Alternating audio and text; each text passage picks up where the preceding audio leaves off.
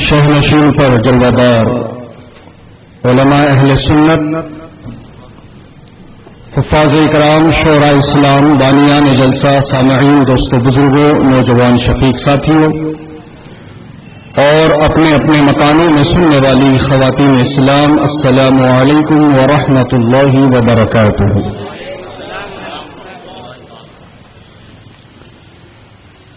الحمد لله رب العالمين،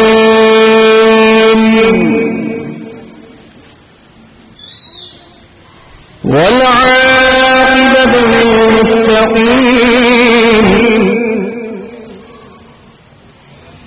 والصلاة والسلام على سيد الأنبياء وسيد المرسلين،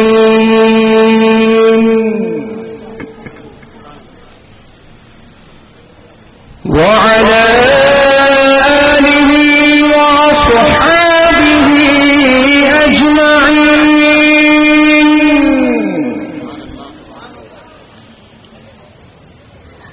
أما بعد، فأعوذ بالله من الشيطان الرجيم،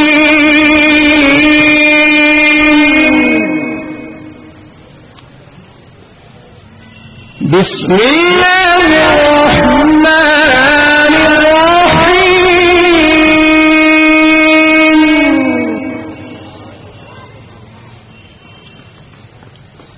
إن الدين عند الله الإسلام،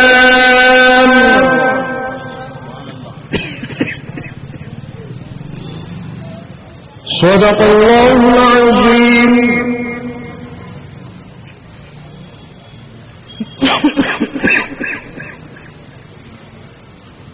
وبلغنا رسوله النبي الأمين المكين الكريم، ونحن على ذلك لمن الشاهدين والشاكرين والذاكرين، والحمد لله رب العالمين. وأفوض أمري إلى الله،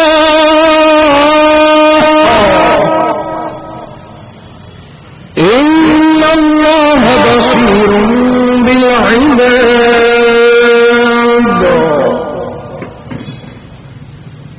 اعلی حضرت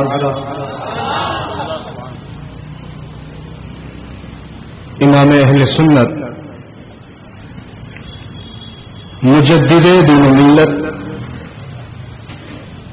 محافظ سنیت، الشاہ امام احمد رضا خان فاضل عجم و عرب،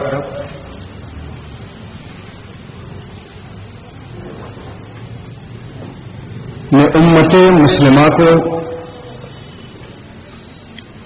ایمان کیسے بچانا ہے اس کا بہت پیارا نسخہ عطا فرمایا. فرماتے ہیں سونا جنگل رات اندھیری، چھائی بدلی کالی ہے. سونا جنگل رات اندھیری، چھائی بدلی کالی ہے. سونے والوں جاگتے رہیو، چوروں کی رکھوالی ہے.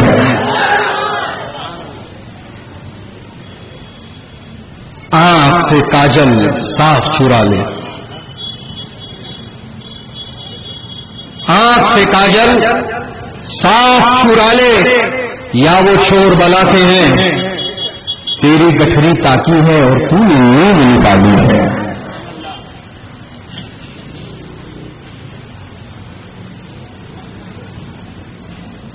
دل کی امیر گہرائیوں سے تمام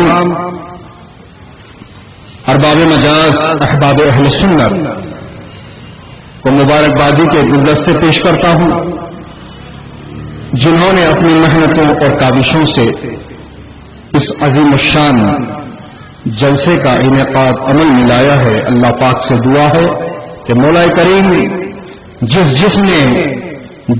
طرح سے حصہ لیا ہے سب کو دارین کی رحمت برکت عطا فرما.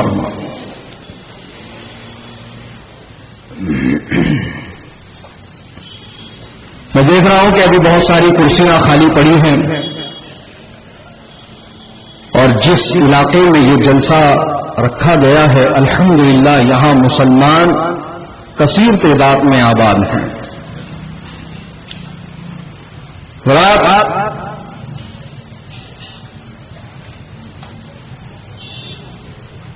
اسی بات کا تو رونا ہے کہ لوگوں کے پاس دنیا داری کے لیے وقت ہے لیکن دینداری کے لیے وقت نہیں۔ اگر ابھی اسی اسٹیج پر آرکیسٹرا بجا دیا جائے اور 2-3 ناچنے والیوں کو نچا دیا جائے تو پھر یہاں بیٹھنے تو کیا کھڑے رہنے کی جگہ نہیں ملے گی۔ یہ پسند بن گئی ہماری، بدلنا ہوگا اس مزاج کو، بدلنا ہوگا اس انداز کو۔ اللہ تعالیٰ نے ہم کو دنیا میں دنیا کمانے کے لیے نہیں بھیجا، اللہ نے ہم کو دنیا میں دنیا جمع کرنے کے لیے نہیں بھیجا، بلکہ اللہ پاک نے ہم کو دنیا میں رہ کر اپنی قبر و آخرت کی تیاری کے لیے بھیجا، عبادت کے لیے بھیجا، بندگی کے لیے بھیجا۔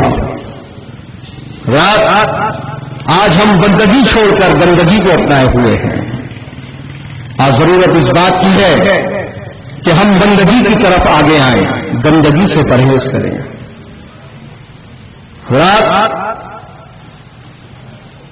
مت بھولو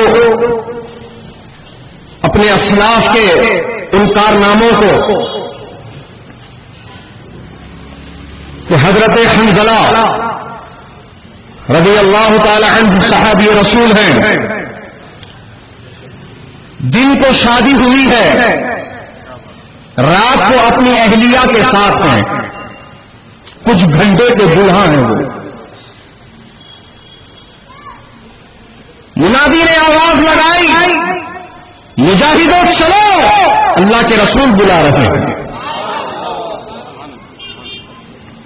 رات بس اتنی صدا حضرت حنظلہ سننا تھا، منادی کی یہ ندا حضرت حنظلہ سننا تھا، بستر سے اٹھ گئے، اپنی اہلیہ سے جدا ہو گئے، الگ ہو گئے، اور فوراً اپنے کپڑے پہنے، اپنے ہتھیار ساتھ لیے اور سیدھے سرکار کی بارگاہ میں پہنچ گئے۔ دوستوں اور بزرگوں، سرکار دو عالم علیہ السلام نے مجاہدین کو روانہ کیا ایک جنگ پر، خود سرکار بھی اس میں شریک ہیں۔ خوب دلیری اور جانبازی کے ساتھ حضرت حنظلہ نے کفار و مشرکین کا مقابلہ کیا، اور اسی مقابلہ میں آپ نے جام شہادت کو نوش کیا، شہید ہو گئے۔ اللہ اکبر۔ حضرات، جو اللہ اس کے رسول کی اطاعت و فرما برداری کرتے ہیں، اللہ تعالیٰ ان کے لیے کیسے انتظام فرماتا ہے، اللہ تعالیٰ ان کے لیے کیسے بندوبست فرماتا ہے۔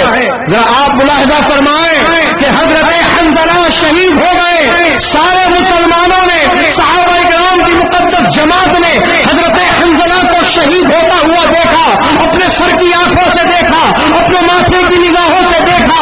حضرت حنظلہ کی اب لاش پورے میدان میں نہیں مل رہی ہے، صحابہ کرام گشت کر رہے ہیں کہ حضرت حنظلہ کی لاش گئی تو گئی کہاں؟ ہم نے خود اپنی آنکھوں سے دیکھا ہے حضرت حنظلہ کو شہید ہوتے ہوئے، لیکن یہاں حضرت حنظلہ موجود نہیں ہے، ان کی لاش گئی تو گئی کہاں؟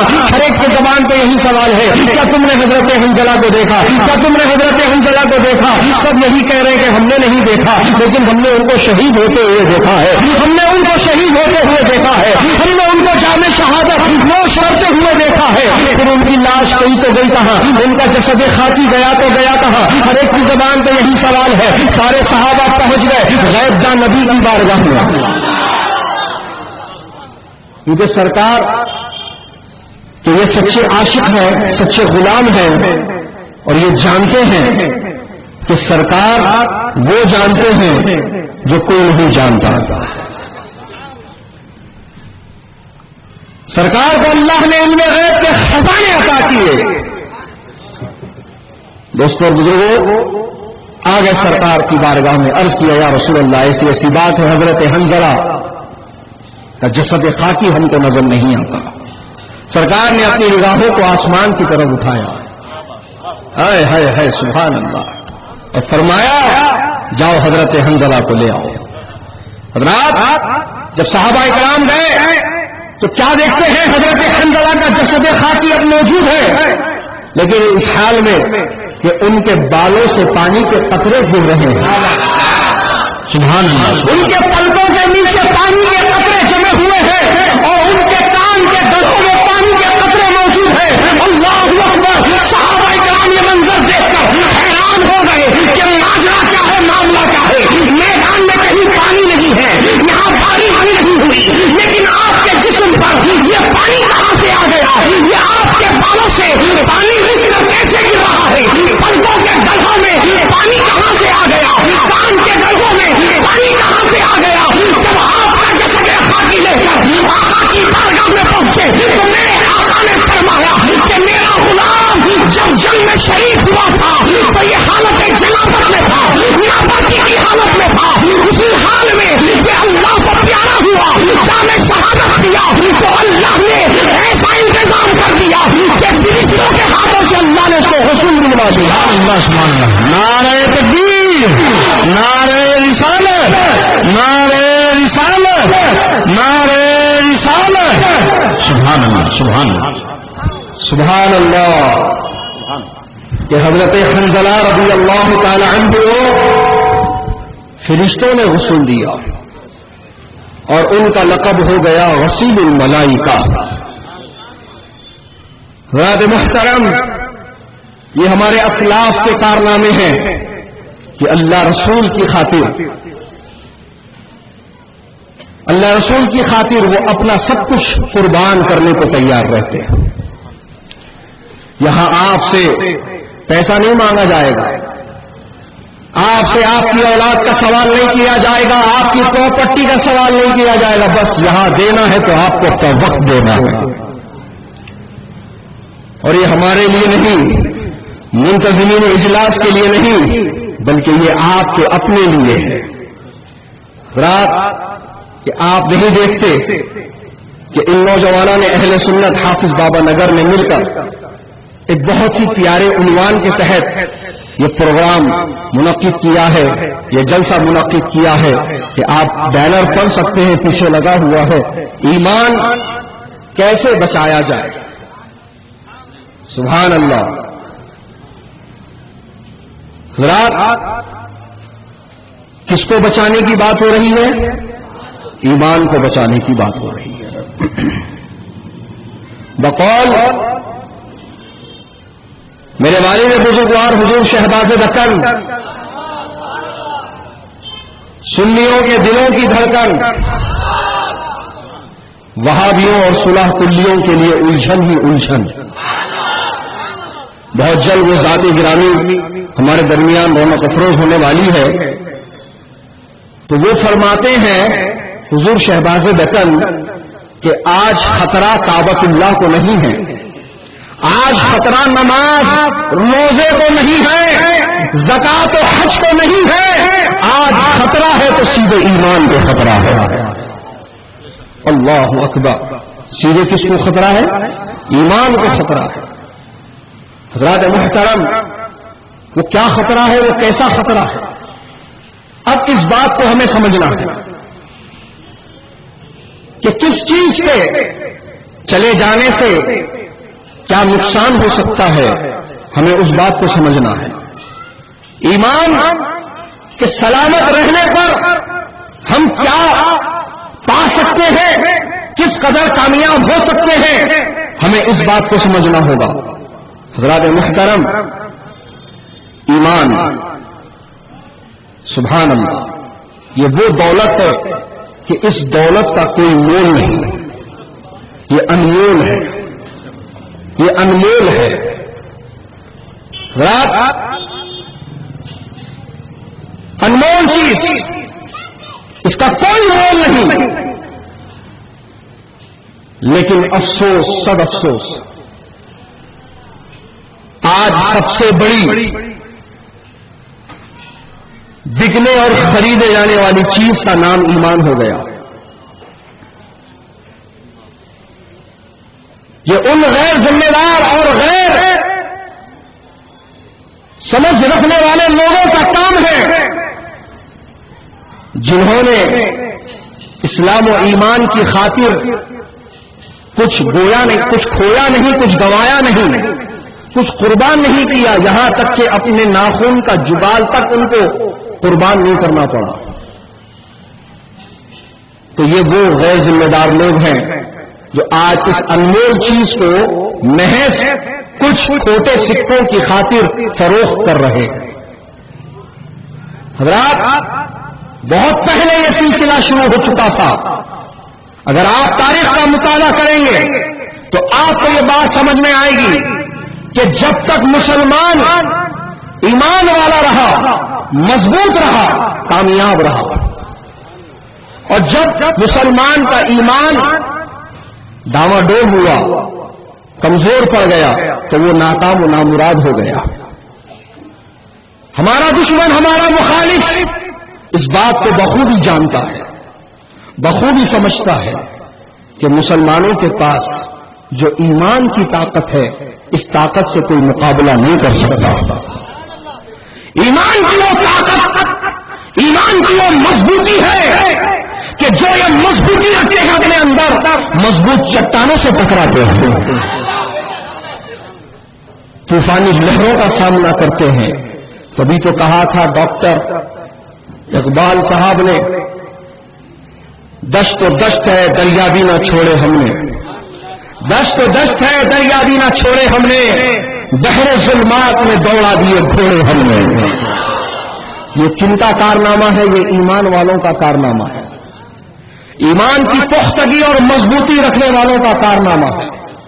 ہمارا مخالف اس بات کو خوب جانتا ہے کہ جب تک مسلمان سچا پکا مسلمان ہے، ایمان کی دولت اس کے پاس ہے، عشق مصطفیٰ کی دولت اس کے پاس ہے، تو اس سے کوئی طاقت نہیں ٹکرا سکتی، مسلمان کو ٹکر نہیں دیا جا سکتا، مسلمان کو پچھاڑا نہیں جا سکتا، مسلمان کو کمزور نہیں کیا جا سکتا۔ حضرات محترم، تو جب ہمارے مخالفین نے اس بات کو اچھی طرح سے سمجھ لیا کہ جب تک ان کے پاس ایمان کی طاقت ہے، ہم ان سے مقابلہ نہیں کر سکتے، اگر ان کو پیچھے ڈھکیلنا ہے تو پہلے ان کے ایمان کو جو ہے کمزور کرنا ہوگا، ان کے ایمان کو کمزور کرنا ہوگا۔ حضرات محترم، انہوں نے کیا کیا؟ ایمان کو کمزور کیا۔ اب میں آپ سے پوچھنا چاہتا ہوں، ایمان کمزور کیسے ہو گیا؟ جبکہ دیکھنے میں یہ آ رہا ہے کہ مسلمان نماز کی پابندی تو کر رہا ہے، قرآن کی تلاوت تو کر رہا ہے، ہر سال رمضان کے مبارک موقع پر لاکھوں روپے کی زکات ادا بھی کر رہا ہے، عمرہ کو بھی جا رہا ہے، حج بھی کر رہا ہے، پھر کیا معاملہ ہے کہ اس کا ایمان کمزور پڑ گیا ہے؟ کیا معاملہ ہے کہ اس کے ایمان میں جو ہے وہ تازگی، وہ طاقت باقی نہیں رہی؟ تو آج میں آپ کو اس بات کا خلاصہ سنا دوں، اے مسلمانوں، کہ آپ کو یہ بات سمجھ لینی ہوگی کہ ایمان کا دار و مدار نماز پر نہیں ہے، روزے پر نہیں ہے، جو زکات پر نہیں ہے، بلکہ ایمان کی بنیاد اس کے مصطفیٰ پر ہے۔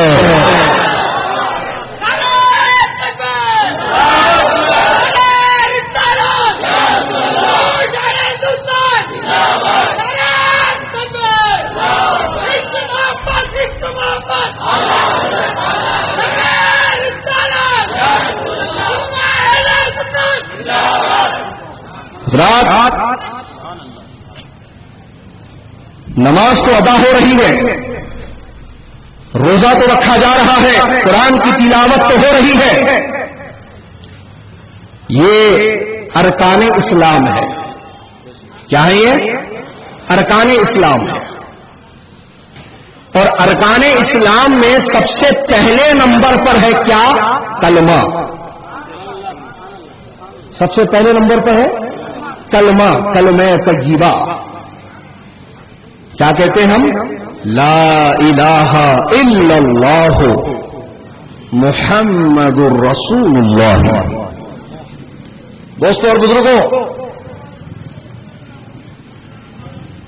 کلمہ ارکان اسلام میں سب سے پہلے رکن کا نام کلمہ. اب آپ دیکھیں کہ دنیا میں کئی ایسے لوگ ہیں جو یہ کہتے ہیں کہ اللہ ایک ہے، وحدہ لا شریک ہے. دوستو، کیا صرف اللہ کی وحدانیت کا اقرار کافی ہے؟ نہیں، صرف وحدانیت کا اقرار کافی نہیں، بلکہ رسول کی رسالت کو بھی ماننا ہوگا. تمہارا کلمہ صرف لا الہ الا اللہ نہیں ہے، تمہارا کلمہ لا الہ الا اللہ محمد رسول اللہ ہے. اب آپ غور فرمائیں، کئی ایسے فرقے اور جماعتیں ہمارے درمیان موجود ہیں جو کہتی ہیں اللہ ایک ہے، اللہ کے سوا کوئی عبادت کے لائق نہیں، وہی معبود حقیقی ہے، اسی کے لیے سجدہ ہے، اسی کے لیے پوجا ہے، عبادت ہے.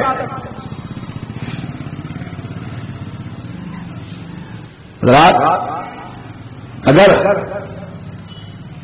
حقانیت کے لیے صرف اتنی ہی بات ہوتی تو کوئی فرقہ دائرہ اسلام سے خارج نہ ہوتا، کوئی جماعت خارج اسلام نہ ہوتی، سب اس میں قائم رہتے. لیکن ہم کیا دیکھ رہے ہیں؟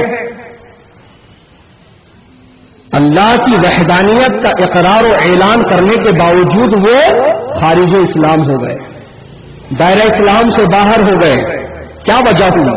اللہ کو تو ایک مان رہے ہیں، اللہ کی وحدانیت کا اقرار کر رہے ہیں، اللہ کی الوہیت کا اقرار کر رہے ہیں، اس کو اپنا معبود مان رہے ہیں، اس کو اپنا رازق مان رہے ہیں، اس کو اپنا رب مان رہے ہیں. پھر معاملہ کیا ہوا کہ پھر کس وجہ سے ان کو خارج من الاسلام کر دیا گیا؟ تو کہنا ہوگا کہ رسول کی رسالت میں انہوں نے کمی کر دی،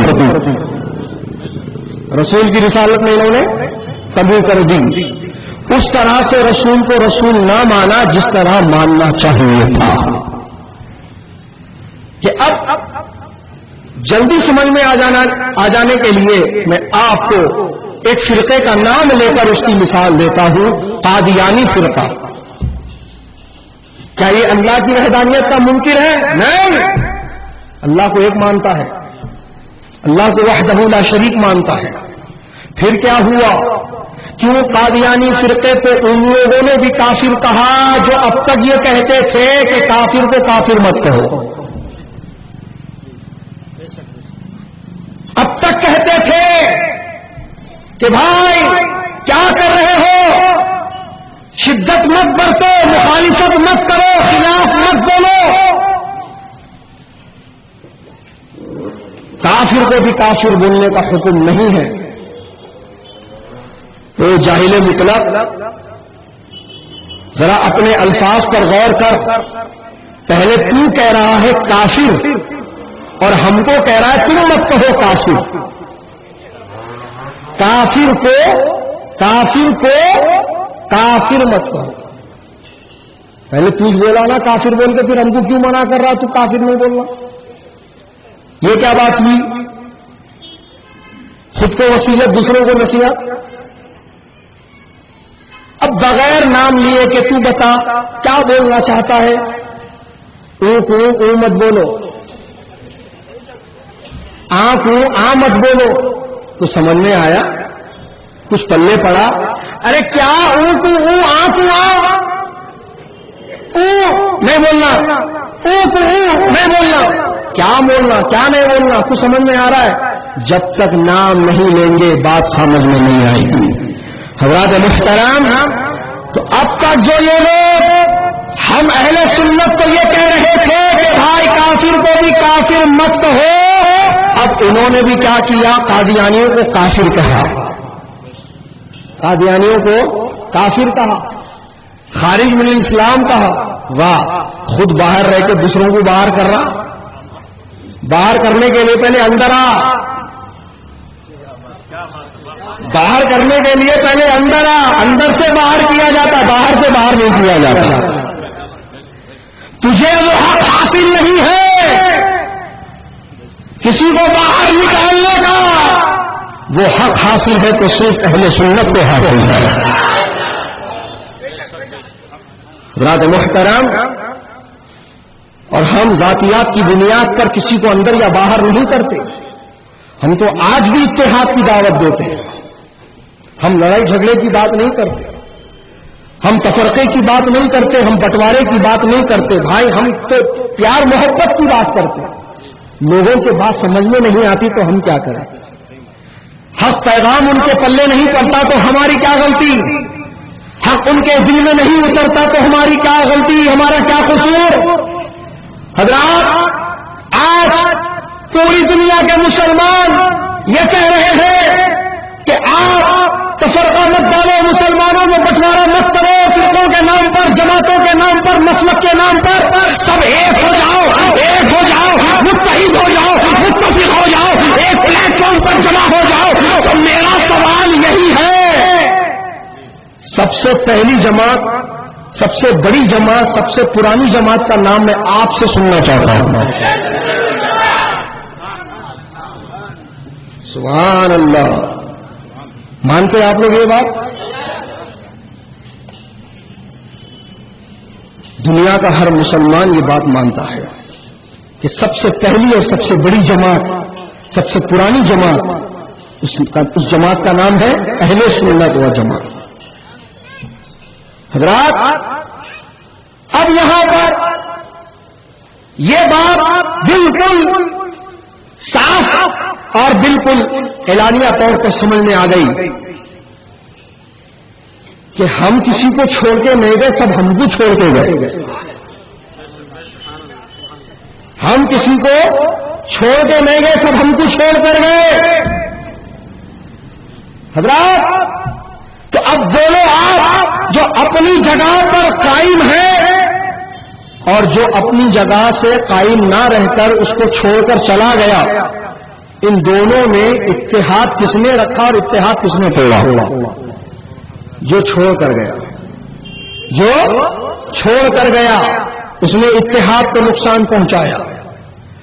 اب ہمارا تم سے یہی مطالبہ ہے کہ ہم تم کو چھوڑ کر نہیں گئے، تم ہم کو چھوڑ کر گئے، لہذا اب جو لوگ اتحاد کی دعوت دے رہے ہیں، اتحاد کی دہائی دے رہے ہیں، میں ان کو یہی کہنا چاہوں گا، اہل سنت و جماعت کو یہ پیغام نہ سنایا جائے، اہل سنت کے علاوہ جتنی جماعتیں ہیں، جتنے فرقے ہیں، سب کا نام لے لے کر کہو کہ اے فلاں، تیرے جانے سے اتحاد ٹوٹا، مسلمانوں میں تفرقہ پڑا، تو واپس آ اہل سنت و جماعت میں۔ اے فلاں، تیرے جانے سے اتحاد کمزور ہوا، تو واپس آ اہل سنت و جماعت میں، کیونکہ سب سے پہلی، سب سے بڑی اور سب سے پرانی جماعت اگر کوئی جماعت ہے تو وہ اہل سنت و جماعت ہے۔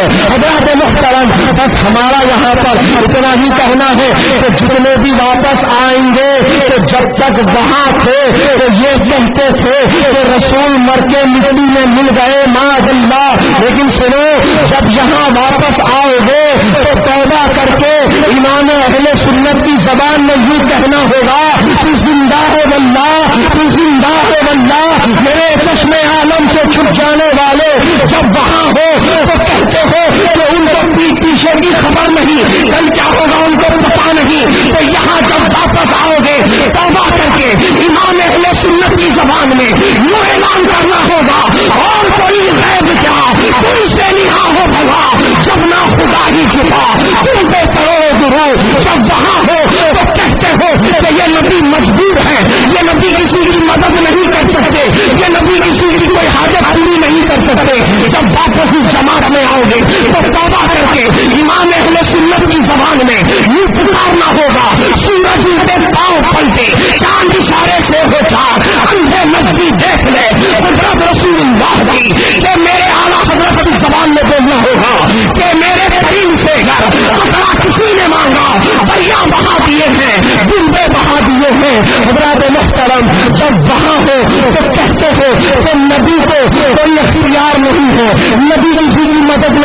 سکتے، نبی کسی کی شفاعت نہیں کر سکتے، خود نبی کے ساتھ اللہ قیامت کے دن کیا معاملہ کرے گا ان کو نہیں پتا، وہ اپنی امت کی کیا بخشش کرائیں گے، معاذ اللہ استغفر اللہ۔ حضرات محترم، آپ کو یہ کہنا ہوگا جب اس جماعت میں واپس آؤ گے توبہ کر کے امام اہل سنت کی زبان میں، تو آپ کو کہنا ہوگا کہ سنتے ہیں کہ محشر میں صرف ان کی رسائی ہے، پر ان کی رسائی ہے تو پھر اپنی بنائی ہے۔ نعرہ تکبیر، نعرہ رسالت، نعرہ رسالت، حق جماعت، حق جماعت، حق جماعت، حق جماعت، مسلک اعلی حضرت، علماء اہل سنت، عقائد اہل سنت، نعرہ تکبیر، نعرہ رسالت، سبحان اللہ سبحان اللہ۔ حضرات محترم، پتہ چل گیا کہ اتحاد ہم نے نہیں توڑا ہے، اتحاد سب نے توڑا ہے، الزام ہم پر لگا دیا ہے، کرے کوئی بھرے کوئی، یہ والا معاملہ چل رہا ہے۔ حضرات، تو اگر آپ سنی ہیں تو پھر آپ اس الزام کو اپنے اوپر قطعی برداشت نہ کریں اور ڈنکے کی چوٹ پر علل اعلان کان میں نہیں میدان میں کہیں کہ اتحاد ہم نے نہیں توڑا، ہمارے علاوہ جتنے ہیں انہوں نے اتحاد کو توڑا ہے۔ ہم تو اپنی جگہ پر قائم ہیں، ہم اپنی جماعت میں مضبوطی کے ساتھ قائم ہیں، اور انشاءاللہ مرتے دم تک ہم اس جماعت میں مضبوطی کے ساتھ قائم رہیں گے۔ اس جماعت کو چھوڑ کر نہ 3 دن کے لیے جائیں گے، نہ 40 دن کے لیے جائیں گے، نہ کسی ایرے ہیرے نتھو خیرے کے مرکز نہیں، وہ تو سرکس ہے، جہاں تماشا ہو وہ سرکس کہلاتا ہے۔ حضرات محترم، جہاں دین کا مذاق اڑایا جائے، دین کا تماشا کیا جائے، وہ سرکس ہے، اور اگر مرکز دیکھنا ہو تو آ جاؤ مرکز اہل سنت کو۔ دوستوں اور بزرگوں، تو پتا چلا کہ ہم نے اتحاد نہیں توڑا، اتحاد پر ہم قائم ہیں، اور آج بھی ہم سب کو یہی کہہ رہے ہیں، آ جاؤ واپس، آ جاؤ واپس، آ جاؤ واپس۔ اتحاد اپنے آپ آ جائے گا، اتحاد اپنے آپ بن جائے گا۔ حضرات، تو جو بنیادی چیز ہے ایمان کی وہ ہے محبت رسول۔ جو بنیادی چیز ہے ایمان کی وہ ہے محبت رسول صلی اللہ تعالی علیہ وسلم۔ آج بہت سارے حضرات آپ کو نماز کے پابند دکھیں گے، اتنے پابند کہ انہوں نے اپنی پیشانیاں گھس گھس کے داغدار بنا لی ہیں۔ دوستوں اور بزرگوں، سنتوں پر عمل کرتے نظر آئیں گے کہ سرکار نے ٹخنوں کے اوپر پیراہن، پیجامہ، تہبند باندھنے کا حکم دیا، یہ اس قدر شدت برت رہے ہیں کہ پنڈلیوں کے اوپر پہن رہے ہیں۔ اب تھوڑے دنوں میں پتہ نہیں کہاں چلے جائیں گا، اللہ رحم کرے۔ غیر کیس بتانا یہ چاہتا ہوں کہ کچھ لوگ آپ کو مسواک کی کاڑی گھستے ہوئے نظر آئیں گے، بڑی بڑی تصویراں گھماتے نظر آئیں گے۔ حضرات، اب سوال یہاں پر یہ پیدا ہوتا ہے کہ وہ نماز تو پڑھ رہا ہے، کیا اس کی نماز قبول ہے؟ حضرات، فیصلہ ہم نہیں کریں گے، فیصلہ اللہ اس کے رسول کریں گے۔ ہم تو بس پہچان و علامت بتائیں گے، پہچان و علامت بتائیں گے۔ حضرات محترم، وہ پہچان و علامت کیا ہے؟ ہمارے بزرگوں نے جو ہم کو بتایا ہے وہ یہ ہے کہ نماز اس کی قبول ہوگی جس کے پاس ایمان کی دولت ہے، جس کے پاس ایمان کی دولت ہے۔ حضرات محترم، قرآن پڑھنا اس کو فائدہ پہنچائے گا جس کے پاس ایمان کی دولت ہے، روزہ اس کا قبول ہوگا جس کے پاس ایمان کی دولت ہے، حج اس کا قبول کیا جائے گا جس کے پاس ایمان کی دولت ہے، عمرہ اس کا قبول کیا جائے گا جس کے پاس ایمان کی دولت ہے۔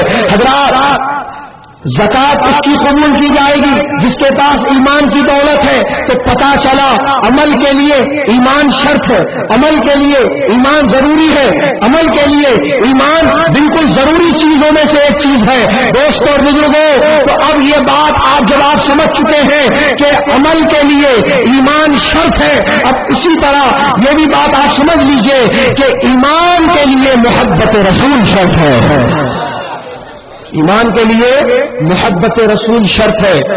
اور یہ قاعدہ میرا اپنا بنایا ہوا نہیں ہے, یہ قاعدہ میرے والد بزرگوار حضور شہباز وطن کا بنایا ہوا نہیں ہے, یہ قاعدہ میرے پیر و مرشد حضور تاج الشریعہ سرکار کا بنایا ہوا نہیں ہے, بلکہ یہ قاعدہ تو خود اللہ رسول کا بنایا ہوا ہے. میرے آقا فرماتے ہیں کہ تم میں سے کوئی بھی اس وقت تک ایمان والا نہیں ہو سکتا جب تک کہ میری محبت اس کے دل میں اس کے ماں باپ سے بڑھ کر, اہل و عیال سے بڑھ کر, دنیا کے تمام لوگوں سے بڑھ کر نہ ہو جائے.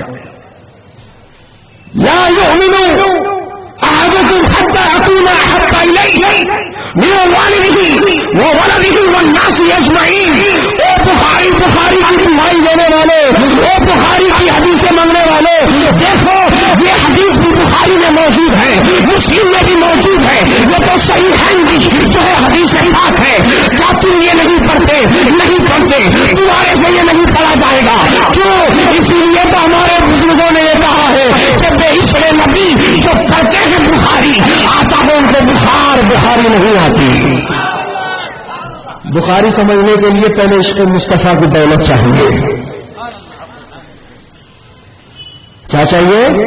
عشق مصطفیٰ کی دولت چاہیے کہ لکھی بھی ہے عاشق رسول نے, لکھی بھی ہے عاشق رسول نے, اتنے اہتمام سے لکھا. اللہ اکبر.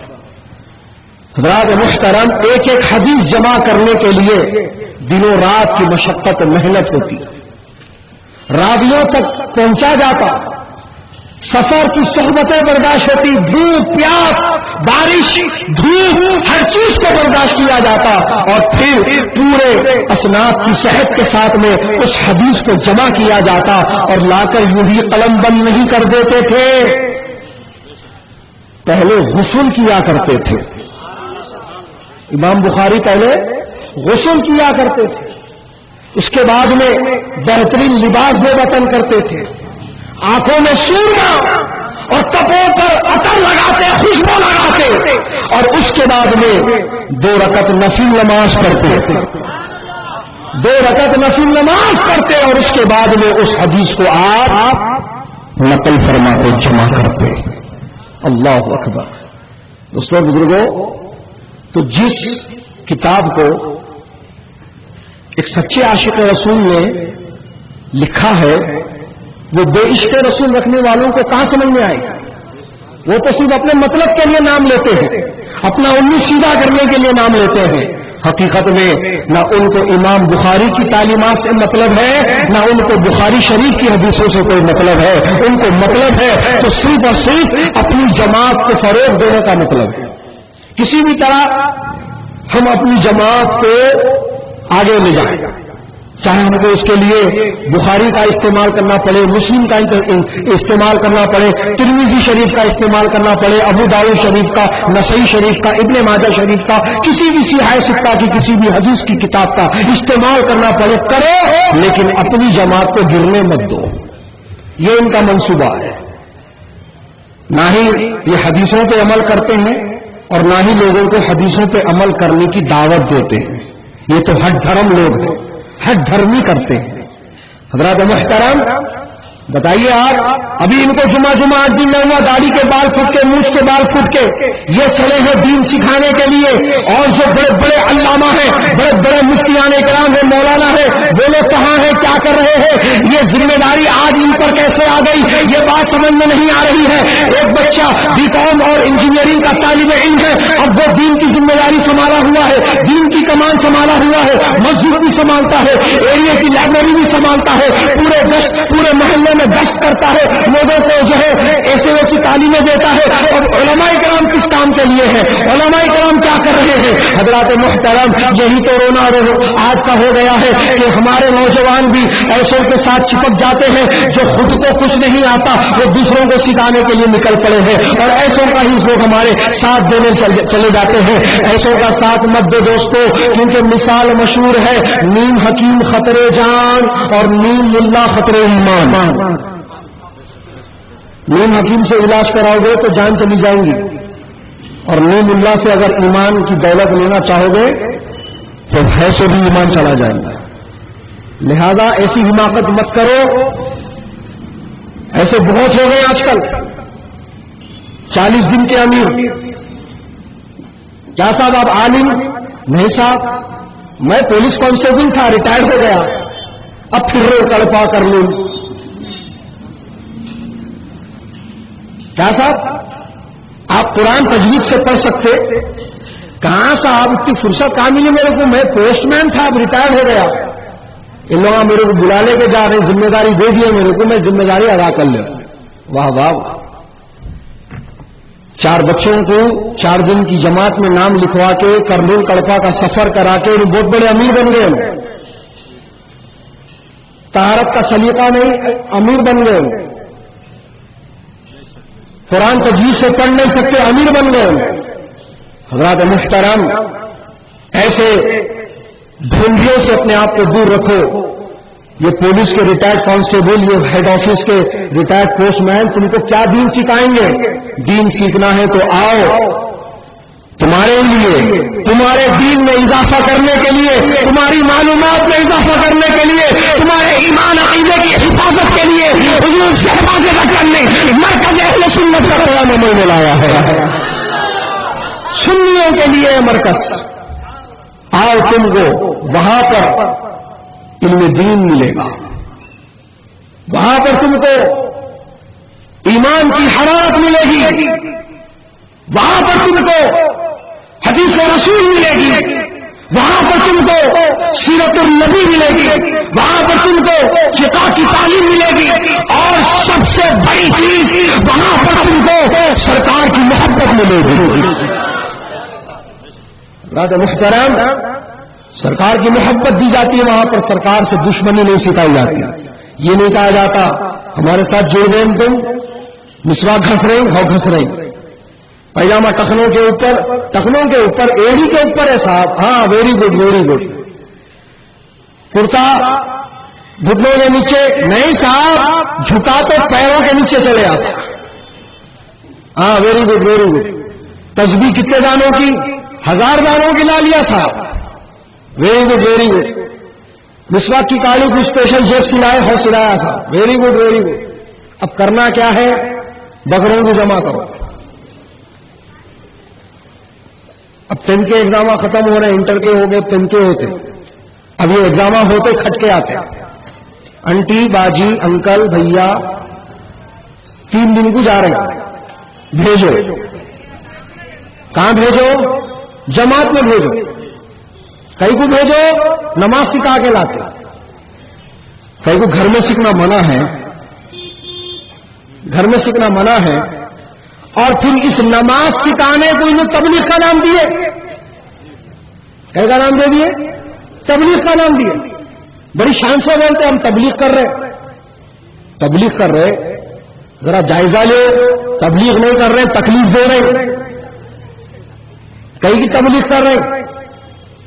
تمہاری جماعت بن کے کئی جو سال ہو گئے، 150 سال سے اوپر کا زمانہ ہو گیا، کتنے کافروں کی کلمہ پڑا، ریکارڈ دیے،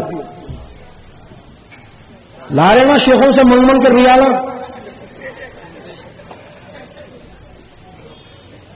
انا مسکین انا مفلس،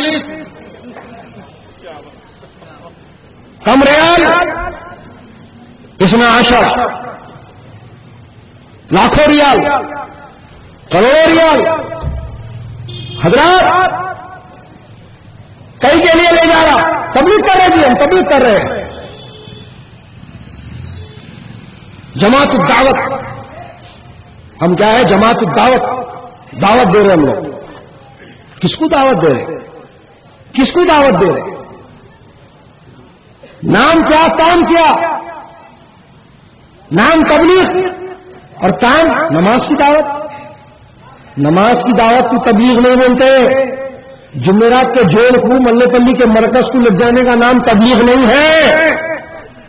تبلیغ کا مطلب ہے غیروں کو کلمہ پڑھانا، غیر مسلموں کو ایمان کی دعوت میں ایمان کی دعوت دینا اور ان کو کلمہ پڑھا کر مشرف کا اسلام کرنا. لیکن تمہارے پاس کون سا ایسا ریکارڈ ہے؟ لاؤ پیش کرو. کتنے کافروں کو کلمہ پڑھایا تمہیں آج تک؟ لاؤ ریکارڈ پیش کرو. تمہارے پاس اس کا ریکارڈ نہیں ہوگا، لیکن تمہارے پاس میں اس بات کا ریکارڈ ضرور ہوگا کہ تم نے اس نام پر کتنے لاکھ ریال وہاں سے منگائے ہیں، کتنوں نے اپنی بیوی میں ٹھہرائی ہے، کتنوں کی زندگیاں بنائی ہیں، کتنوں کے ایمان خریدے ہیں. اس کا ریکارڈ تمہارے پاس ضرور ہوگا. کتنی مسجدوں پر ناجائز قبضے کیے ہیں، جن مسجدوں میں درود و سلام فاتحہ نقل و نیاز تھا اس کو بند کرایا ہے. اس کا ریکارڈ تمہارے پاس ضرور ہوگا. لیکن تمہارے پاس یہ ریکارڈ نہ ہوگا کہ کتنے کافروں کو کلمہ پڑھایا.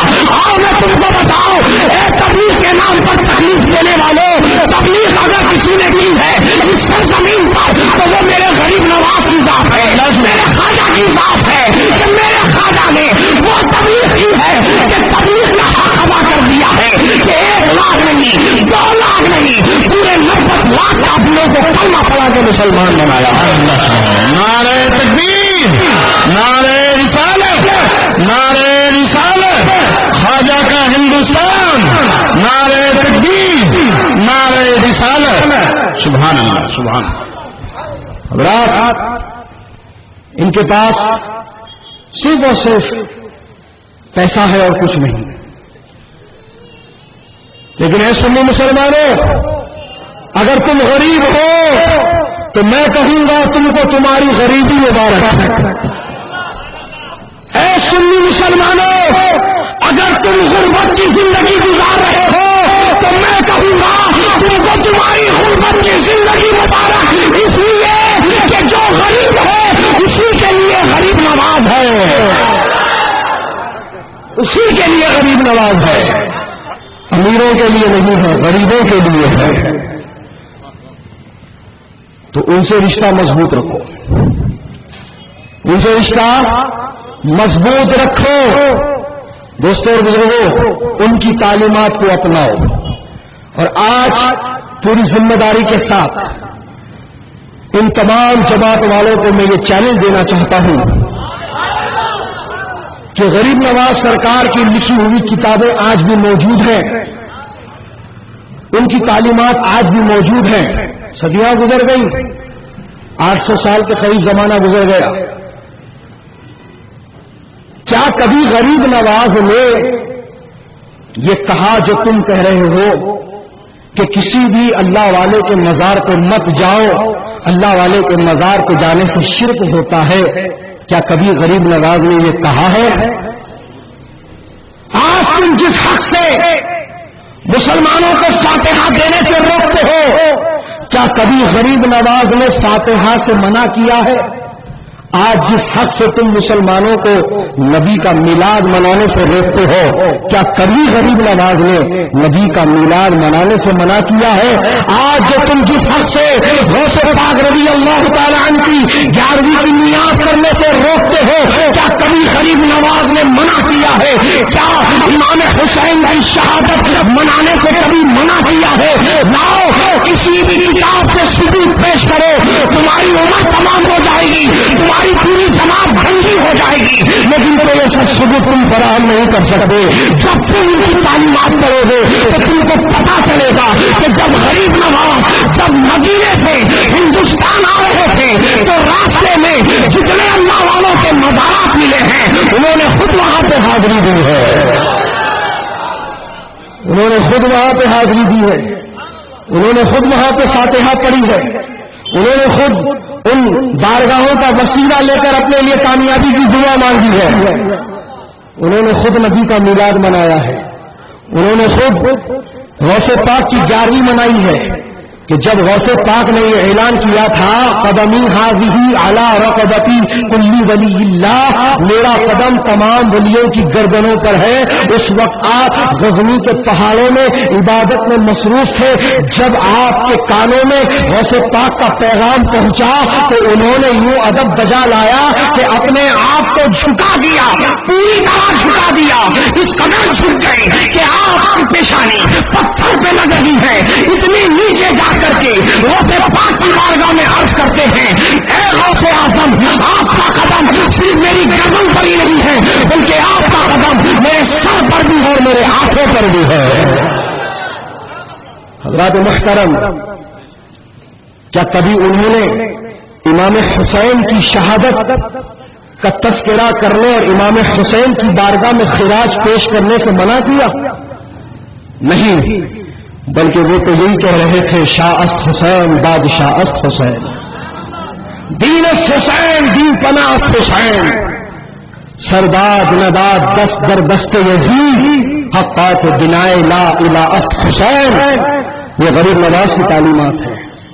تو صرف جگو تو تم جو تعلیم دے رہے ہو وہ کس کی ہے؟ فاتحہ مت دو، جھگڑا فاتحہ کا ہو گیا. روک رہے کیوں؟ کیا وجہ ہے روکنے کی؟ غلط کیا ہو رہا پہلے وہ بتاؤ. فاتحہ کے نام پر تم کو چیڑ کیوں؟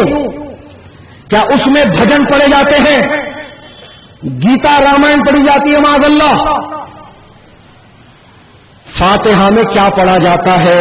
جتنے لوگ فاتحہ پڑھتے ہیں وہ بخوبی جانتے ہیں. یہاں کتنے لوگ ہیں فاتحہ دینے والے؟ ذرا ہاتھ اٹھاؤ. سبحان اللہ، ماشاء اللہ، پورے فاتحہ والے تھے یہاں پر.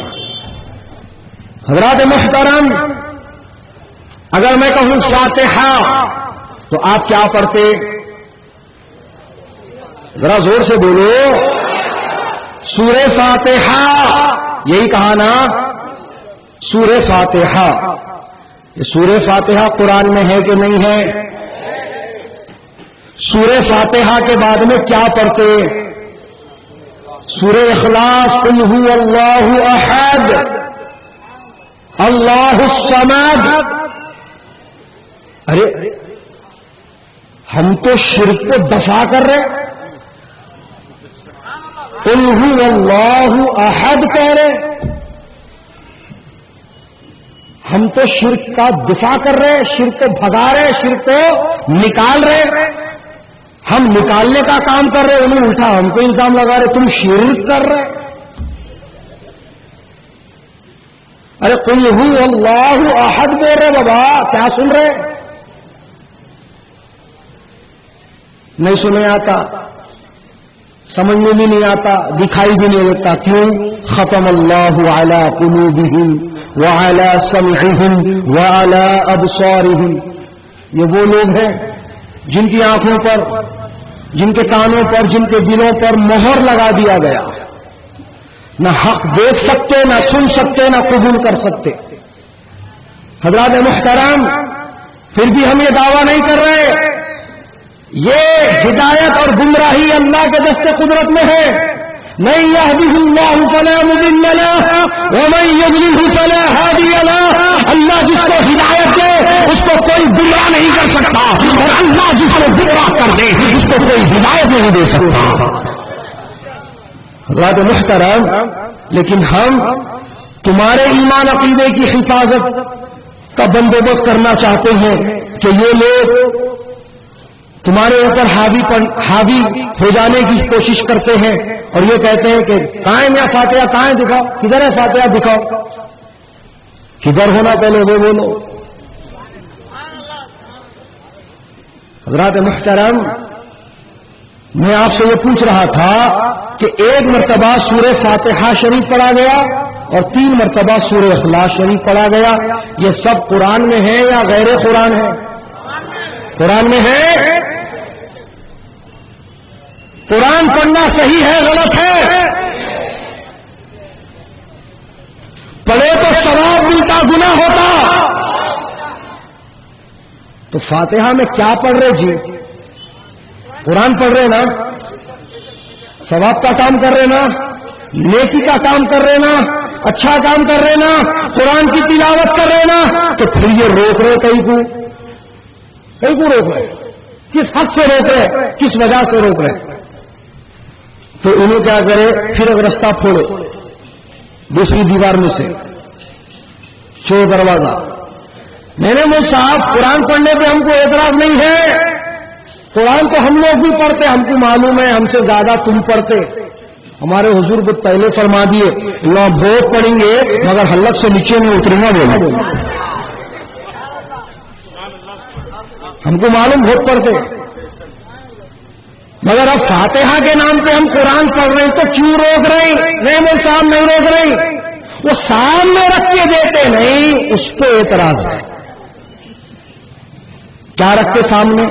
نہیں وہ تبرک نہیں، پیچھے رکھنا، کھانے کو بیٹھتا بیٹے پلیٹ پیچھے رکھ کے کھاتا، پلیٹ سامنے رہتی نا، پلیٹ سامنے رہتی نا۔ جب پلیٹ میں کھانا سالن چکن مٹن انڈا بنڈا جو بھی ڈال لیا، ڈال لینے کے بعد میں کیا پڑھتا؟ بسم اللہ وعلی برکت اللہ، بسم اللہ لا یضر مع اسمہ شیء فی الارض ولا فی السماء وهو السمیع العلیم، اللہم بارک لنا فیما رزقتنا۔ یہی تو نہ پڑھتا ہے، کوئی اللہ کا ذکر نہیں ہے، سامنے رکھ کے تو بھی ذکر کرا اللہ کا، پھر یہ غلط تو صحیح اور ہم غلط، واہ واہ واہ واہ واہ واہ، سامنے رکھ کے دیتے تو کیا غلط کر رہے؟ نہیں وہ کافرہ کرتے گئے، کون کرتے گئے؟ کافرہ کرتے، واہ واہ واہ، کیا الزام لگا ہم یہاں؟ پھر وہ تو یہ بولنا چاہیے تھا انہوں ہمارا طریقہ لے لیے، پھر وہ تو یہ بولنا چاہیے تھا انہوں ہمارا طریقہ لے لیے، لیکن تو الٹا ہم پہ الزام لگا دیا نا، ان کا طریقہ ہم لے بولتے۔ سنو، ہم کسی بھی فرقے اور کسی بھی قوم کا جو ہے طریقہ نہیں اپنائے ہیں، ہم جو طریقہ اپنائے ہیں، جس طریقے پر ہم عمل پیرا ہے، الحمدللہ ہمارے رسول کی سنت ہے، اور سنت پر عمل کرنا اہل سنت کا کام ہے۔ کس کا کام ہے؟ اہل سنت کا کام ہے۔ دوستوں اور بزرگوں، ابن ماجہ شریف کی حدیث ہے، حضرت سعد رضی اللہ تعالی صحابی رسول ہے، عاشق رسول ہے، ان کی والدہ ماجدہ کا انتقال ہوا تو آقا کی بارگاہ میں آئے، عرض کیے یا رسول اللہ میری والدہ کا انتقال ہوا ہے، میں ان کے ایصال ثواب کے لیے کیا بہتر کام کروں، آپ مجھ کو مشورہ دیجیے۔ ایصال ثواب کا مشورہ، او ہو پتہ چلا کہ مرحومین کا ایصال ثواب کرنا بھی سنت ہے، لیکن ان کے پاس کیا ہے صاحب؟ نہ زیارت ہے، نہ 10واں ہے، نہ 20واں ہے، نہ چہلم ہے، اور نہ ہی برسی ہے۔ دوستوں اور بزرگوں، ہم ایصال ثواب خود کھا لینے کے واسطے یا اپنے گھر والوں کو کھلانے کے واسطے یہ نہیں اہتمام کرتے ہیں، بلکہ غریبوں کو کھلانے کے لیے اہتمام کرتے ہیں۔ تو پتہ چلا ایصال ثواب کرنا سنت ہے۔ سرکار یہ نہیں فرمایا اپنے صحابی حضرت سعد سے، سعد تمہاری ماں جب تک زندہ تھی جتنے عمل اس نے کیے وہ لے کر گئی، اب یہاں سے تم کچھ نہیں بھیج سکتے، تم کچھ بھی کوشش کرو گے تمہاری کوشش ناکام ہوگی۔ ایسا میرے سرکار نہیں فرمائے، بلکہ میرے آقا نے ان کو مشورہ دیا اور فرمایا سعد مدینے میں پانی کی قلت ہے، تم اپنی ماں کے نام سے کنواں کھداؤ، جب تک اس کنویں کا پانی لوگ پیتے رہیں گے ایک ایک قطرے کا ثواب تمہاری ماں کو پہنچتا رہے گا۔ سبحان اللہ سبحان اللہ۔ تو پتہ چلا کہ حضرات ایصال ثواب کے لیے مسلمانوں کے لیے بہتر کیا ہے وہ کیا جائے۔ یہ اس لیے بول رہا ہوں کہ آج ہمارے درمیان ایک ٹرینڈ بن گیا، ایک رواج بن گیا، وہ کیا؟ انتقال ہوتے تیسرے دن چوتھے دن پتھر گٹی کو گئے، شہران کو گئے، چار مینار کو گئے، 31 پاروں کا ڈبہ لائے، موزن کو پہنچا دیے۔ بولو موزن صاحب ہمارے فلاں مرحوم کے ایصال ثواب کے لیے۔ موزن صاحب بھی کیا کرتے؟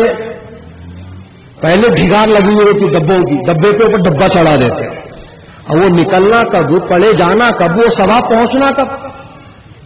پہلے جتنے ویٹنگ لسٹ ہے نیچے ڈبے، وہ ڈبے کھلیں گے کب، پڑے جائیں گے کب، تمہارے مرحوم کو ثواب ملے گا کب؟ تو صرف ڈبہ پہنچا کے یہ خوش مت ہو جاؤ کہ ہم ذمہ داری ادا کر دیے. ضرورت کی جو چیز ہے وہ پہنچا دو، چاہے وہ وضو کی ایک ٹوٹی کیوں نہ ہو،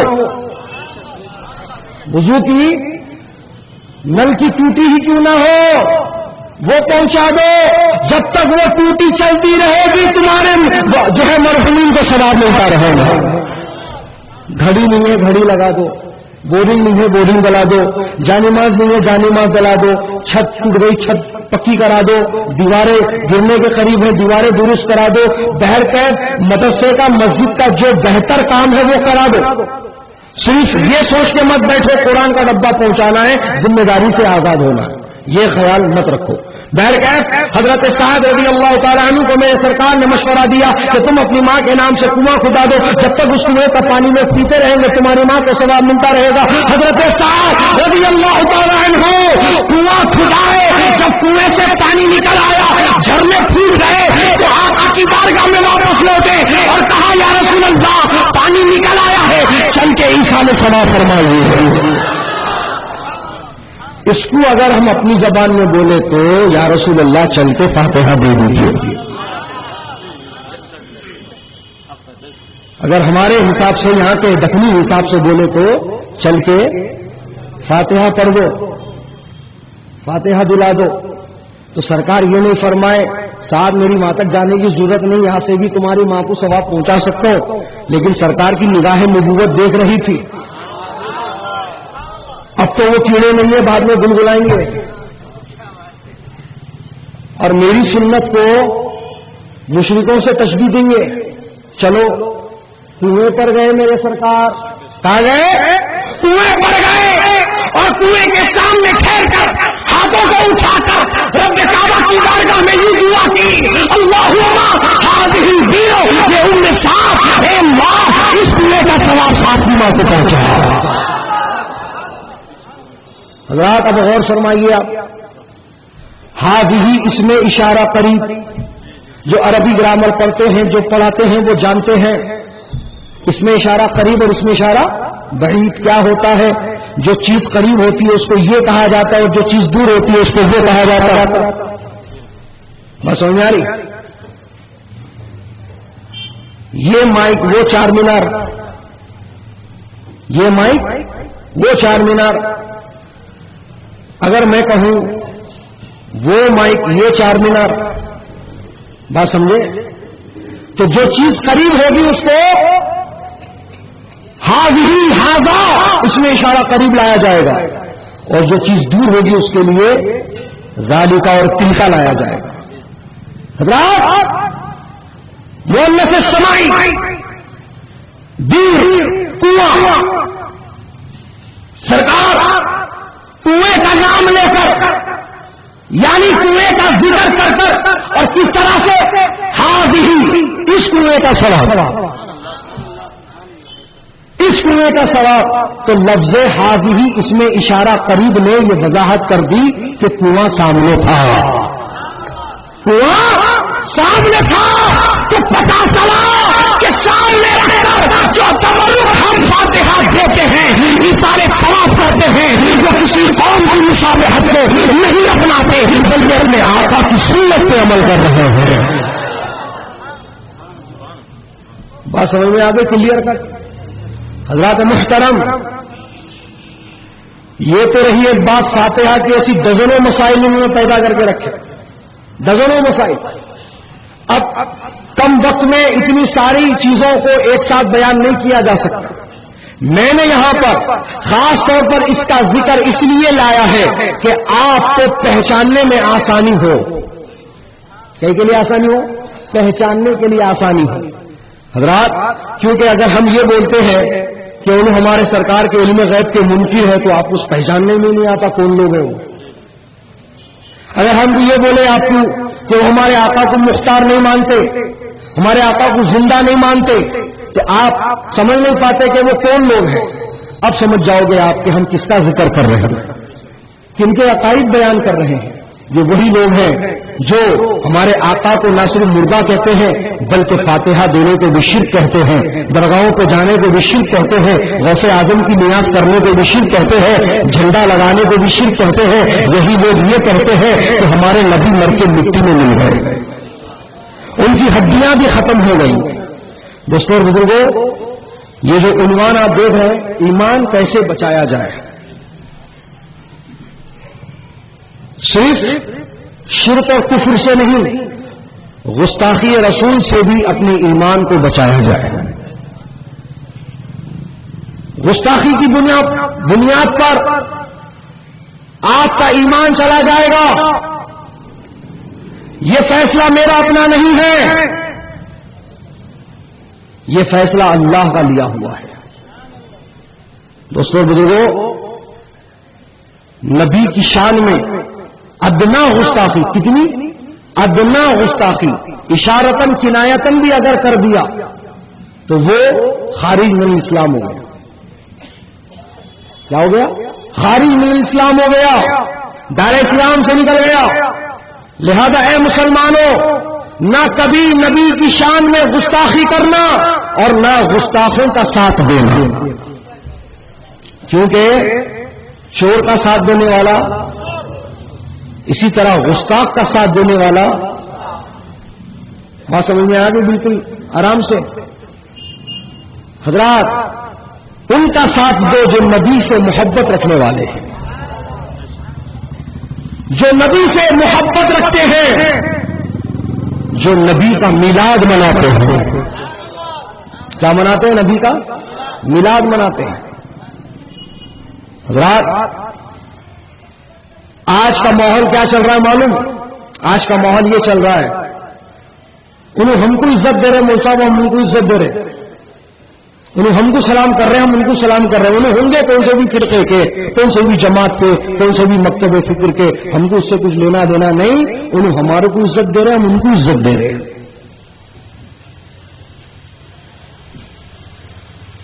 انصاف کے ساتھ جواب دینا۔ اگر میں تمہارے والد کو گالی دوں اور تم کو عزت سے سلام کروں تو کیا تم میرے سلام کا جواب دو گے؟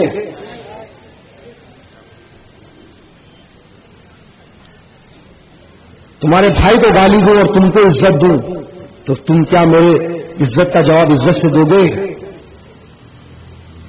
حضرات محترم، اب آپ خود نے یہ کہا ہے، اپنی زبان سے اقرار کیا ہے کہ اگر کوئی ہمارے باپ کو گالی دے کر ہم کو عزت دے تو ہم اس کو عزت نہیں دیں گے، کوئی ہم کو سلام کرے ہم اس کو سلام کا جواب نہیں دیں گے۔ دوستوں اور بزرگوں، اب مجھے آپ انصاف کے ساتھ جواب دو کہ جس کے صدقے میں ہم پیدا ہوئے، ہمارے والد پیدا ہوئے، والد کے والد پیدا ہوئے، ساری کائنات کا ذرہ ذرہ پیدا ہوا، اس نبی کی شان میں یہ گستاخی کرے اور ہم کو وہ عزت دے تو ہم اس کو جواب میں عزت کیسے دے سکتے ہیں؟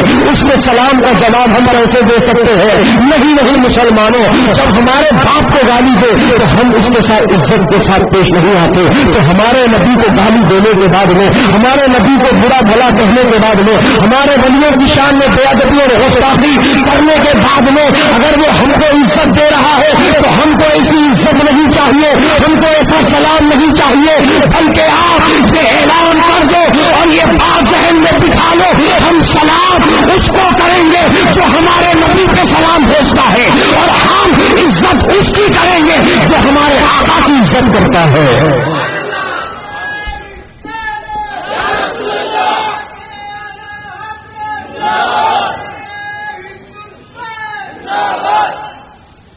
حضرات،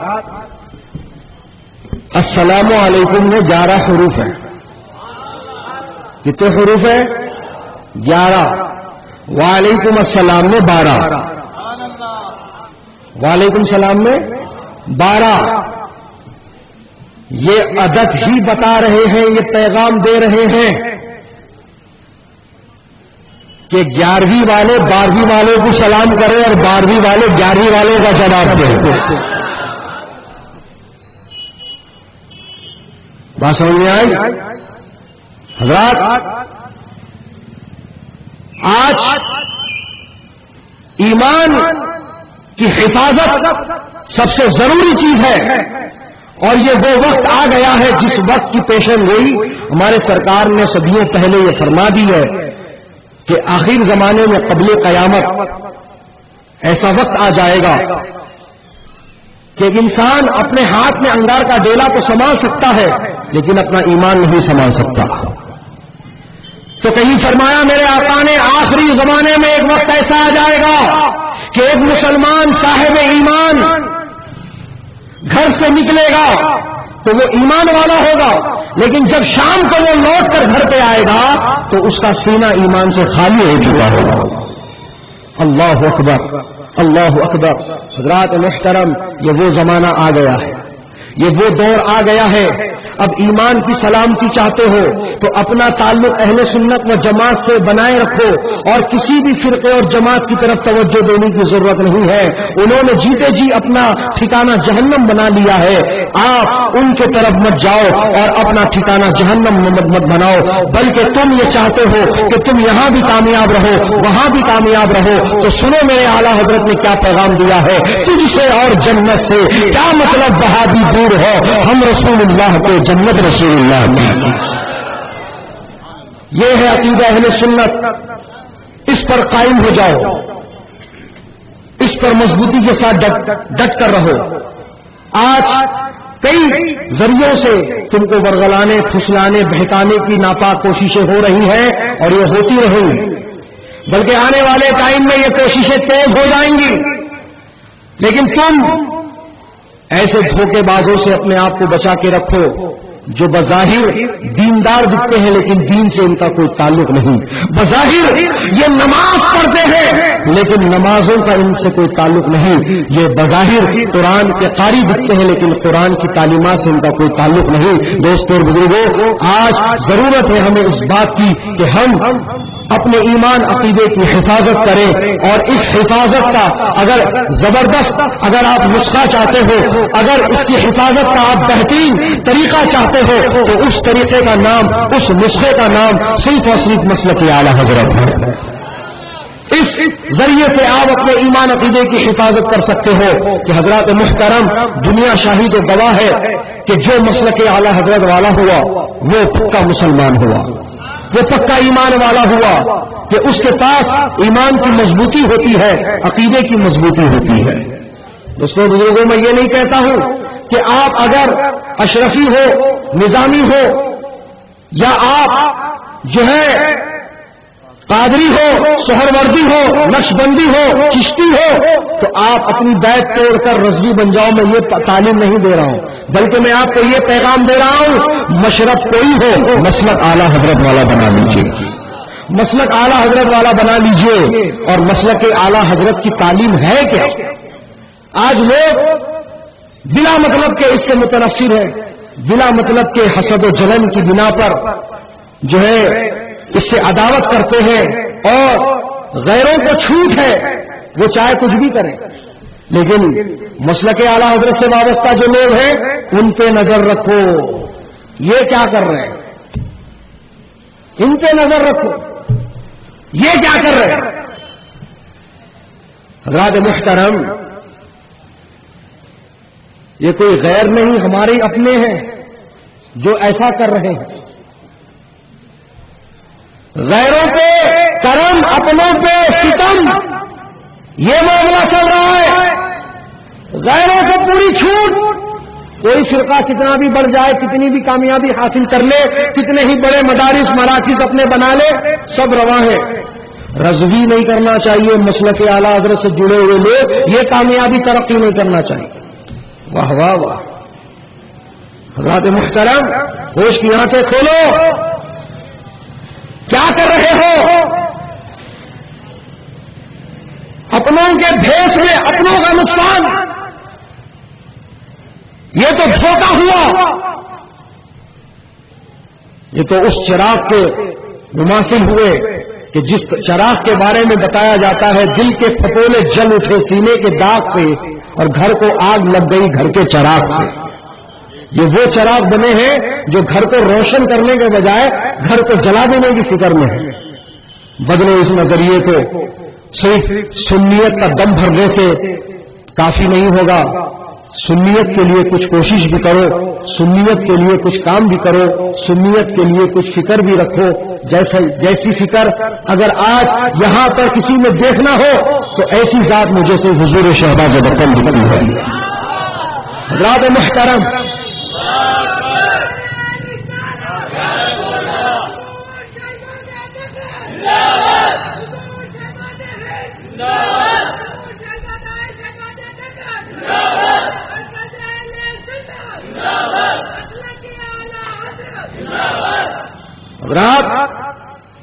یہ بیٹے کی زبان نہیں بول رہی ہے، یہ پوری جماعت کی ترجمانی ہے، یہ پوری جماعت کی ترجمانی ہے الحمدللہ، کہ آج حضور شہباز دکن جیسی ذات اس دھرتی پر نظر نہیں آتی۔ حضرات محترم، میں یہ کہتا ہوں تم سے کہ حضور شہباز دکن جو کوشش کر رہے ہیں وہ صرف اپنے لیے نہیں کر رہے ہیں، تم سب سے سپیریئر بننے کے لیے نہیں کر رہے، تم سب سے اعلیٰ بننے کے لیے نہیں کر رہے، تم سب سے اونچا اٹھنے کے لیے نہیں کر رہے، بلکہ جو محنت وہ کر رہے تو اسی لیے کر رہے کہ جس طرح وہ سرکار کی محبت میں جی رہے مر رہے، تم بھی ایسا درد اپنے سینے میں ڈال لو۔ وہی جذبہ جو ان کے سینے میں ہے تم اپنے سینے میں بسا لو، یہی کوشش حضور شہباز دکن کر رہے ہیں۔ حضرات محترم، خدا را اپنے ایمان اور عقیدے کی حفاظت کیجیے کہ یہ دولت وہ دولت ہے کہ یہ دولت اگر سلامت ہے تو آپ کی دنیا کامیاب ہے، آپ کی قبر کامیاب ہے اور آپ کی آخرت کامیاب ہے۔ لیکن لوگ ہیں کہ آج اس طرف توجہ دینے کی جو ہے وہ جرت نہیں کرتے، اس طرف جو ہے سوچنے کی ان کو صلاحیت نہیں ہے، اس طرف آگے آنے کی ان کو کوشش نہیں ہے۔ وہ کیا کہہ رہے ہیں؟ وہ یہی کہہ رہے ہیں، ارے صاحب یہ سب جھگڑوں میں کہاں پڑتے، یہ سب مولوی لوگوں کے جھگڑے ہیں، بس 5 وقت کی نماز پڑھ لو، ماں باپ کی خدمت کر لو، قرآن کی تلاوت کر لو، اللہ موقع دے حج عمرہ کر لو، روزے رکھ لو، زکات دے دو، بس اتنا ہی کافی ہے۔ یہ اس سے اوپر کی باتوں میں پڑھنے کی ضرورت نہیں، انہوں اچھے کی انہوں اچھے، انہوں صحیح کی انہوں غلط، اس میں ہم کو کیا کرنا ہے، ہم کو کیوں پڑھنا ہے، وہ ان کے آپس کے جھگڑے ہیں، ہم اس کے اندر نہیں پڑھنا۔ دوست اور بزرگوں، آج کل یہ مزاج دیا جا رہا، نیوٹرل بنایا جا رہا، نیوٹرل۔ ارے نیوٹرل چلنے والوں، جب تک اتار ہے جب تک گاڑی چلیں گی، اور جب چڑھاؤ آئے گا تو نیوٹرل کام آئے گا۔ چڑھتی گاڑی پہ بھی چڑھاؤ پہ نیوٹرل۔ حضرات محترم، تو دنیا جو نیوٹرل چل رہی ہے یہ نیوٹرل اتار ہے، اور آنے والی چڑھاؤ کا نام قبر ہے۔ کیا ہے؟ قبر۔ قبر میں جب پہنچے گے تو وہاں پر تم کو 3 سوال کیے جائیں گے، من ربک ما دینک ما کنت تقول فی حق ھذا الرجل، تیرا رب کون، تیرا دین کیا، اور منتظمین اپنا کام کر رہے ہیں، آپ حضرات اپنی جگہ پہ بیٹھیے، درود شریف پڑھ لیجیے، اللہم صلی علی سیدنا و نبینا و مولانا محمد و بارک وسلم صلاۃ دائما ابدا صلوا علیہ سرمدا۔ حضرات محترم، تو 3 سوال کیے جائیں گے، من ربک ما دینک ما کنت تقول فی حق ھذا الرجل۔ پہلا سوال تیرا رب کون، دوسرا سوال تیرا دین کیا۔ تو جو دین اسلام کا ماننے والا ہوگا، جو اللہ کو اپنا رب ماننے والا ہوگا، وہ یہ جواب دے گا، ربی اللہ، میرا رب اللہ ہے اور میرا دین اسلام ہے۔ تو اب یہاں پر یہ سمجھنے کی بات ہے، اللہ کو مان لیا، دین اسلام کو اپنا دین چن لیا، اب اور کوئی سوال کی ضرورت ہے کیا؟ بالکل ہے، اور وہ تیسرا سوال ہے، اور یہ سوال عقیدے سے متعلق ہے۔ اور نیوٹرل چلنے والوں، دنیا کی اتار میں تو نکل گئے نیوٹرل، اب قبر کی چڑھاؤ پہ آ گیا سوال۔ رسول کو دکھایا جائے گا، آئے ہائے کہہ دو سبحان اللہ. یہی وہ لمحہ ہے جس لمحے کے لیے ہر عاشق تڑپتا رہتا ہے, ہر عاشق مچلتا رہتا ہے, اور وہ یہی کہتا ہے کہ جتنی جلدی مر کے قبر میں پہنچوں گا اتنی جلدی رسول سے ملاقات ہونے ہے. حضرات رسول کو دکھایا جائے گا. اور سنو, رسول اللہ سب کی قبر میں نہیں آئیں گے, صرف اپنے عاشقوں کی قبر میں آئیں گے, اپنے سچے غلاموں کی قبر میں آئیں گے. اور یہ جو دھوکے باز لوگ ہیں نا, جو بظاہر سنتوں کی پابندی دکھا رہے ہیں لیکن جس کی سنت پر عمل کر رہے ہیں اسی نبی سے بغض و عداوت رکھتے ہیں, ایسوں کی قبر میں نبی نہیں آئیں گے, بلکہ ان کی قبر سے نبی کی قبر تک ایک سرنگ بنایا جائے گا اور بہت دور سے ان کو دکھایا جائے گا اور دکھا کے پوچھا جائے گا بول کیا بولتا تھا ان کے بارے میں. اور سوال بھی دیکھو کتنا اہم ہے دوستو, سرکار کو دکھا کے یہ نہیں پوچھیں گے فرشتے اب بول کیا بولتا, کیا بول کے آیا وہ بول. سمجھ رہے ہیں آپ, دنیا میں کیا بولتا تھا نبی کے تعلق سے, کیا بولنے والوں کے ساتھ تیرا تعلق تھا. نبی کے وفاداروں کے ساتھ تھا تو یا غداروں کے ساتھ تھا؟ اب بھی معلوم ہوں گا وہ, اب تیرے سینے سے نکلیں گا وہ جن کی صحبت اختیار کر کے تو اپنے سینے میں وہ باتیں بسایا, اب نکال سینے سے باہر. تو جو یہاں بول رہا ہمارے جیسے وہاں بھی جا کے وہی بولیں گا, انہوں ہمارے جیسے ساتھ. جو یہاں بول رہا بڑے بھائی کی طرح وہاں بھی جا کر وہی بولیں گا, یہ بڑے بھائی کی جیسے. جو یہاں بول رہا ان کو پیٹ پیچھے کی خبر نہیں تھی, وہ قبر میں جا کر بھی وہی بولیں گا ان کو پیٹ پیچھے کی خبر نہیں. جو یہاں بول رہا انہوں مجبور ہمارے جیسے ایک عام انسان قبر میں جا کر بھی وہی بولیں گا. حضرات محترم, تو کیا آپ کو یہ لگتا ہے کہ ان جوابات سے وہ کامیاب ہوگا کامیاب ہوگا؟ نبی کا گستاخ کامیاب ہوگا؟ نبی کا غدار کامیاب ہوگا؟ نبی کی شان میں بے ادبی اور گستاخی کرنے والا کامیاب ہوگا؟ نہیں, جبکہ اس نے اپنا رب اللہ مان لیا ہے, دین اسلام چن لیا ہے, لیکن اب عقیدے کے معاملے میں گڑبڑ ہو گئی ہے. اور پہلا جو سوال تھا وہ کوارٹرلی تھا, دوسرا جو تھا وہ ہاف ایئرلی تھا, اور یہ تیسرا جو ہے یہ اینوول ہے. کوارٹرلی میں اگر کوئی 98% لا لے تو اس کو مٹھائی نہیں کھلاتے, پھول نہیں پلاتے. ہاف ایئرلی میں اگر کوئی 99.9% مارکس لا لے تو اس کو گفٹ نہیں دیتے, اس کو پھول نہیں پلاتے. سب کیا بولتے بیٹے فائنل اصل ہے,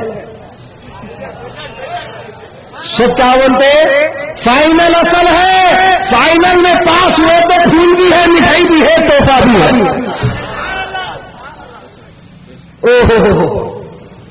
تو جو تیسرا سوال فرشتے کر رہے ہیں وہ فائنل ہے.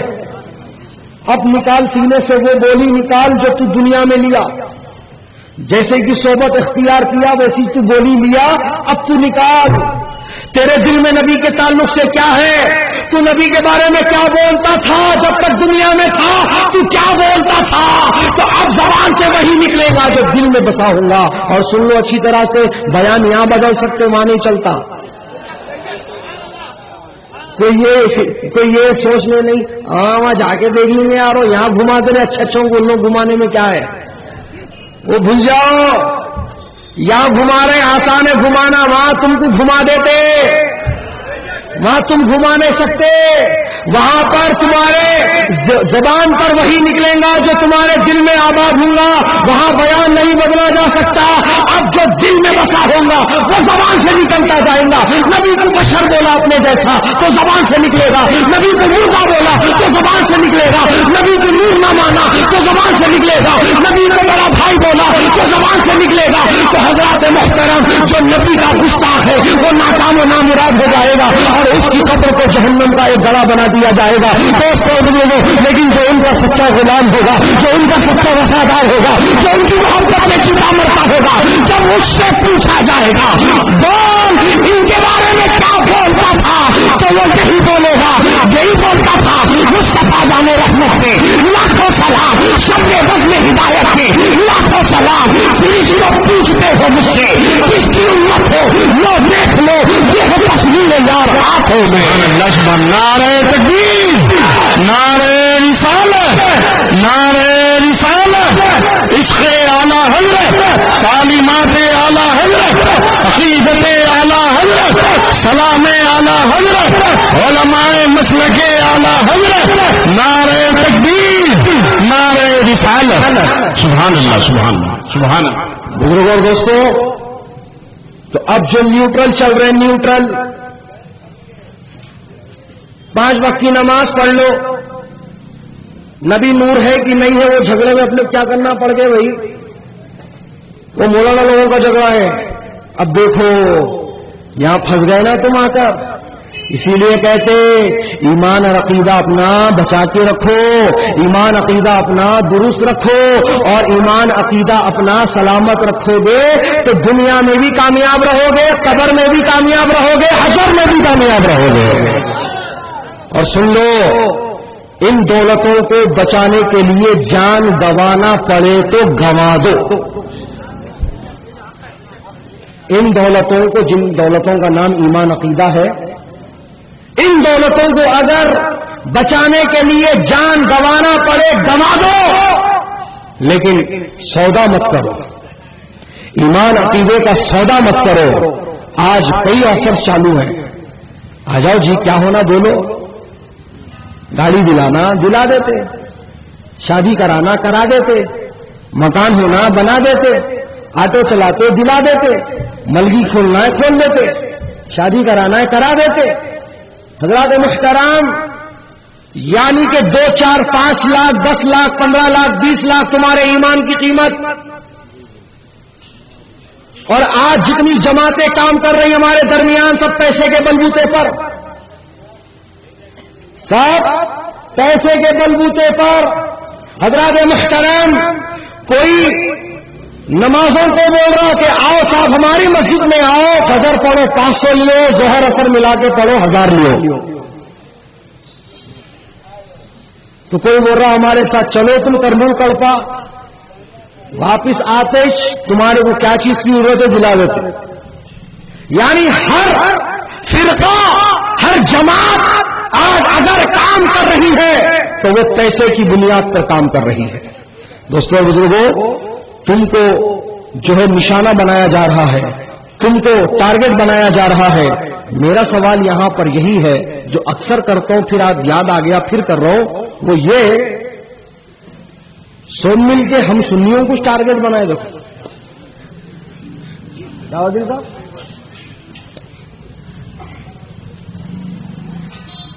وکیل صاحب کی عمر چھوٹی ہے تجربہ بڑا ہے سمجھ رہے ہیں آپ جی. اور جو وکیل ہوتے ان کے گھر کے چوہے بھی ہوشیار رہتے یہ تو وکیل ہیں. پھر کون بنا رہے ویڈیو برائے کرم ویڈیوگرافی نہیں فوٹوگرافی نہیں صرف اور صرف آڈیو ریکارڈنگ. درود پاک پڑھ لیجیے اللہم صلی علی سیدنا و نبینا و مولانا محمد مبارک وسلم صلاۃ دائما ابدا صلو علیہ سرمدا. سب مل کے سنیوں کو ٹارگٹ بنا رہے. تم آپس میں کام کرو بھائی قادیانی جاؤ رافضیوں کے پاس رافضی جاؤ مہدویوں کے پاس مہدوی جاؤ چکڑالویوں کے پاس چکڑالوی جاؤ نیچریوں کے پاس نیچری جاؤ اہل حدیثوں کے پاس اہل حدیث جاؤ تبلیغیوں کے پاس تبلیغی جاؤ مودودیوں کے پاس اوسط میں کام کرو. ون وے میں گھس رہے ہیں. حضرات محترم سب کا نشانہ سنی رافضی ہمارے پیچھے مہدی ہمارے پیچھے قادیانی ہمارے پیچھے جتنے فرقے سب ہمارے پیچھے کئی تو بچے چھینم شانی کھیلتے ٹپ پٹ نہ دیا بولتے ہو. حضرات محترم سب ہمارے پیچھے کئی تو آپس میں کام کرو بھائی. تم لوگوں کے نزدیک تم لوگوں کا یہ ماننا ہے کہ ہماری جماعت میں جتنے ہیں اتنے صحیح ہیں اور باقی کے کوئی بھی نہیں ہے، تو ان کو بھی کھینچو اندر، آپس میں کام کرو، تم بگڑے بھائیاں پورے ایک دوسرے کے،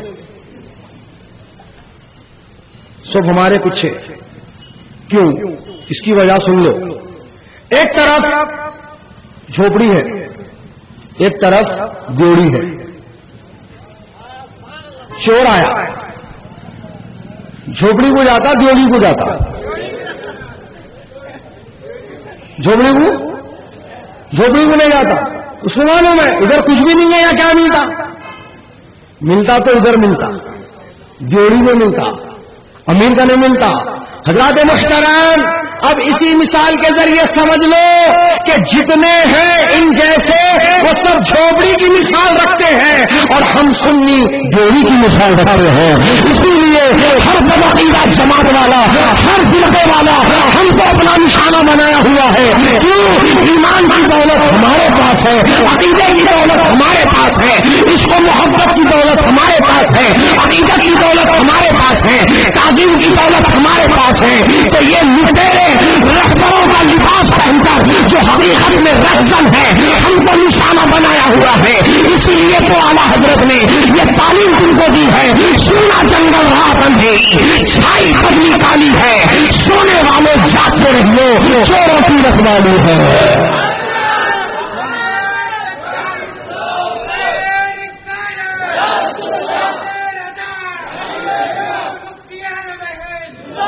حضرات محترم، اب آپ اچھی طرح سمجھ لیجئے، یہ حقیقت میں رہبر نہیں رہزن ہیں جو رہبروں جیسے دکھتے ہیں.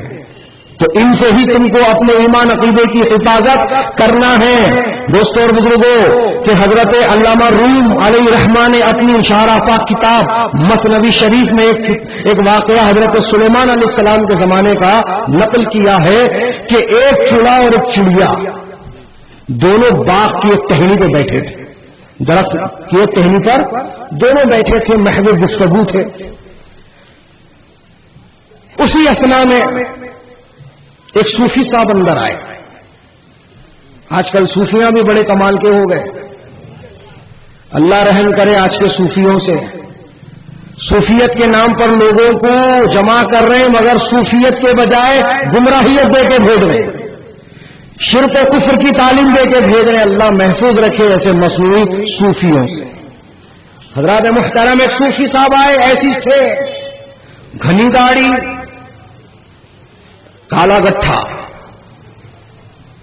بڑا جھبا، چھوٹا پیجامہ،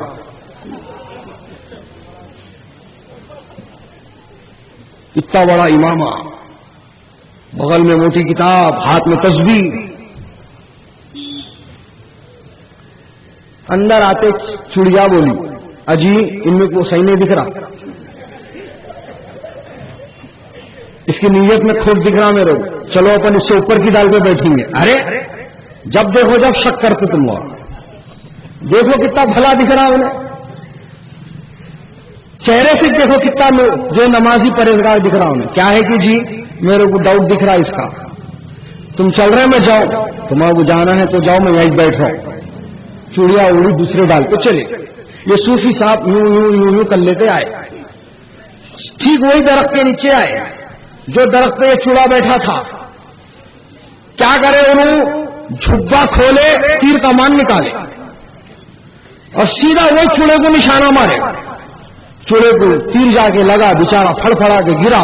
اٹھائے، خنجر نکالے کمر سے، خر خر خر خر اس کو ذبح کرے، وہیں پہ لکڑیاں جمع کرے، آگ جلائے، اس کو آگ پہ بھونے، خوب اچھی طرح کھا لیے، ڈکار لے کے وہاں سے نکل لیے. چڑیا بیچاری روتے رہے. چلے گی سیدھا حضرت سلیمان علیہ السلام کی بارگاہ. کہا حضور مجھ کو انصاف چاہیے، حضور مجھ کو انصاف چاہیے. کہا تجھ کو انصاف ضرور ملے گا، پہلے تو اپنا مقدمہ رکھ. کہا حضور میرے شوہر کا قتل ہوا، میرے شوہر کا قتل ہوا. قاتل کون؟ فلاں. پیش کرو دربار میں. آنن فانن قاتل بارگاہ میں حاضر. تو اس کے شوہر کو قتل کیا؟ صوفی صاحب بولے نہیں حضور، میں تو آپ کی شریعت کے مطابق شکار کیا، اس کو ذبح کیا، آگ پہ بھونا اور پھر اس کو کھایا۔ کوئی کام میں غلط نہیں کرا، سب کام صحیح کرا، میں کوئی کام غلط نہیں کرا، شریعت کے دائرے سے باہر آ کر نہیں کرا۔ جب وہ اپنی صفائی دے رہا تھا تو چڑیا پکار کر پوچھتی ہے کہ جب تو شکار پہ نکلا تھا تو نمازیوں کا لباس کیوں پہنا؟ شکار کو نکلا تھا تو نمازیوں کا لباس کیوں پہنا؟ شکاریوں کا لباس پہننا تھا۔ تیرا دھوکہ یہی ہے کہ تو نکلا تھا شکار پر، لیکن آیا نمازیوں کے لبادے میں، آیا صوفیوں کے لبادے میں۔ یہی تیرا سب سے بڑا دھوکہ ہے۔ مثال سمجھ میں آ گئی؟ یہ شکاریاں گھوم رہے صوفیاں بن کے، ایسے ڈھکوسلے لوگوں کے چکر میں مت پڑو۔ 3 دن ادھر چلو، ادھر مرکز کو چلو، ادھر سرکس کو چلو، ان کی چکر میں مت چلو۔ انہوں آتے بولو تو پہلے چل میرے ساتھ بابا یوسفین کی بارگاہ میں، تو چل پہلے بابا شرف الدین کی بارگاہ میں۔ بات سمجھ میں آئی؟ تو چل پہلے مرکز اہل سنت کو۔ حضرات محترم، یہ لوگ صرف اور صرف تقیہ بازی کرتے ہیں اور عوام کو جاہل جو قسم کے لوگ ہوتے ہیں ان کو پھانستے ہیں۔ خدارا اپنے علم میں اضافہ کرو، کم سے کم جو بنیادی چیزیں ہیں اس کو تو سمجھو، اس کو تو جان لو کہ ہمارا ایمان کیسے بچ سکتا ہے، ہم کو عقیدہ نبی کے تعلق سے کیسا رکھنا ہے، کم سے کم اس کی تو تعلیم لے لو۔ حضرات محترم، آج دنیا کی تمام چیزوں کے بارے میں انفارمیشن ہم رکھنا چاہتے ہیں، ہر چیز کے ہم ایکسپرٹائز بننا چاہتے ہیں، ہر مارکیٹ کے ہم دھنی بننا چاہتے ہیں، لیکن ہم جس دین کے ماننے والے ہیں، جو دین اللہ کو پسند ہے، جس کا اللہ اعلان قرآن میں فرما رہا ہے، جس آیت کو میں نے خطبہ مسنونہ کے بعد پڑھا ہے، اللہ فرما رہا ہے ان الدین عند اللہ الاسلام، بے شک اللہ کے نزدیک دین وہ اسلام ہے۔ اللہ کو اسلام پسند ہے مسلمانوں، اور اسلام سلامتی کا پیغام دیتا ہے، اسلام بھائی چارے کا پیغام دیتا ہے، دہشت گردی کا نہیں۔ اور الحمدللہ ہم کو یہ کہتے ہوئے بہت خوشی محسوس ہو رہی ہے کہ مسلمان دہشت گرد نہیں ہوتا، اور جو دہشت گرد ہوتا ہے وہ مسلمان نہیں ہوتا۔ حضرات الحمدللہ اسلام امن و بھائی چارگی کا پیغام دیتا ہے، امن و امان کی بات کرتا ہے، اور میں بڑی ذمہ داری کے ساتھ ان تنگ نظر اور خام خیال لوگوں کو یہ پیغام دینا چاہتا ہوں جو آج اسلام اور مسلمانوں پر زبردستی ٹیررزم کا لیبل جڑانا چاہتے ہیں، ٹیررزم کا جو ہے لیبل رکھنا چاہتے ہیں، ان کو میں یہ بتانا چاہتا ہوں کہ ہم اس دھرم کے ماننے والے ہیں، ہم اس دھرم کے ماننے والے ہیں جس دھرم کی یہ تعلیم ہے کہ اگر تم نماز کے لیے وضو بنا رہے ہو اور وضو کے لیے تم سمندر کے کنارے پر بیٹھے ہو تو تم اتنا ہی پانی استعمال کرو گے جتنے کی ضرورت ہے۔ یہ ہمارے دھرم کی تعلیم ہے، یہ ہمارے اسلام کی تعلیم ہے۔ ہمارا دھرم، ہمارا اسلام کیا تعلیم دے رہا ہم کو؟ سمندر کے کنارے پہ بھی بیٹھ کے تم اگر وضو بنا رہے ہو تو اتنا ہی پانی استعمال کرو جتنے کی ضرورت ہے۔ تم یہ نہیں سمجھ سکتے کہ میرے سامنے تو اتنا بڑا سمندر پڑا، میں پورا پانی لے لوں گا، میں جتنا چاہوں اتنا پانی بہا دوں گا۔ ایسا نہیں ہے مسئلہ، اگر تم ایسا کرو گے تو تمہارا وضو مکروہ ہو جائے گا۔ حضرات محترم، تو پتا چلا کہ جس دھرم نے، جس مذہب نے، جس دین نے ہم کو یہ پیغام دیا، یہ تعلیم دی ہے کہ سمندر کے سامنے بیٹھ کر بھی تم وضو بنا رہے ہو تو اتنا ہی پانی لو جتنے کی ضرورت ہے، بے مطلب بے وجہ تم پانی بھی نہیں بہا سکتے۔ تو اب اسی سے سمجھ لو کہ جس دھرم میں بے مطلب کے پانی بہانا منع ہے تو بے مطلب کے خون بہانے کی اجازت کہاں سے رہے گی؟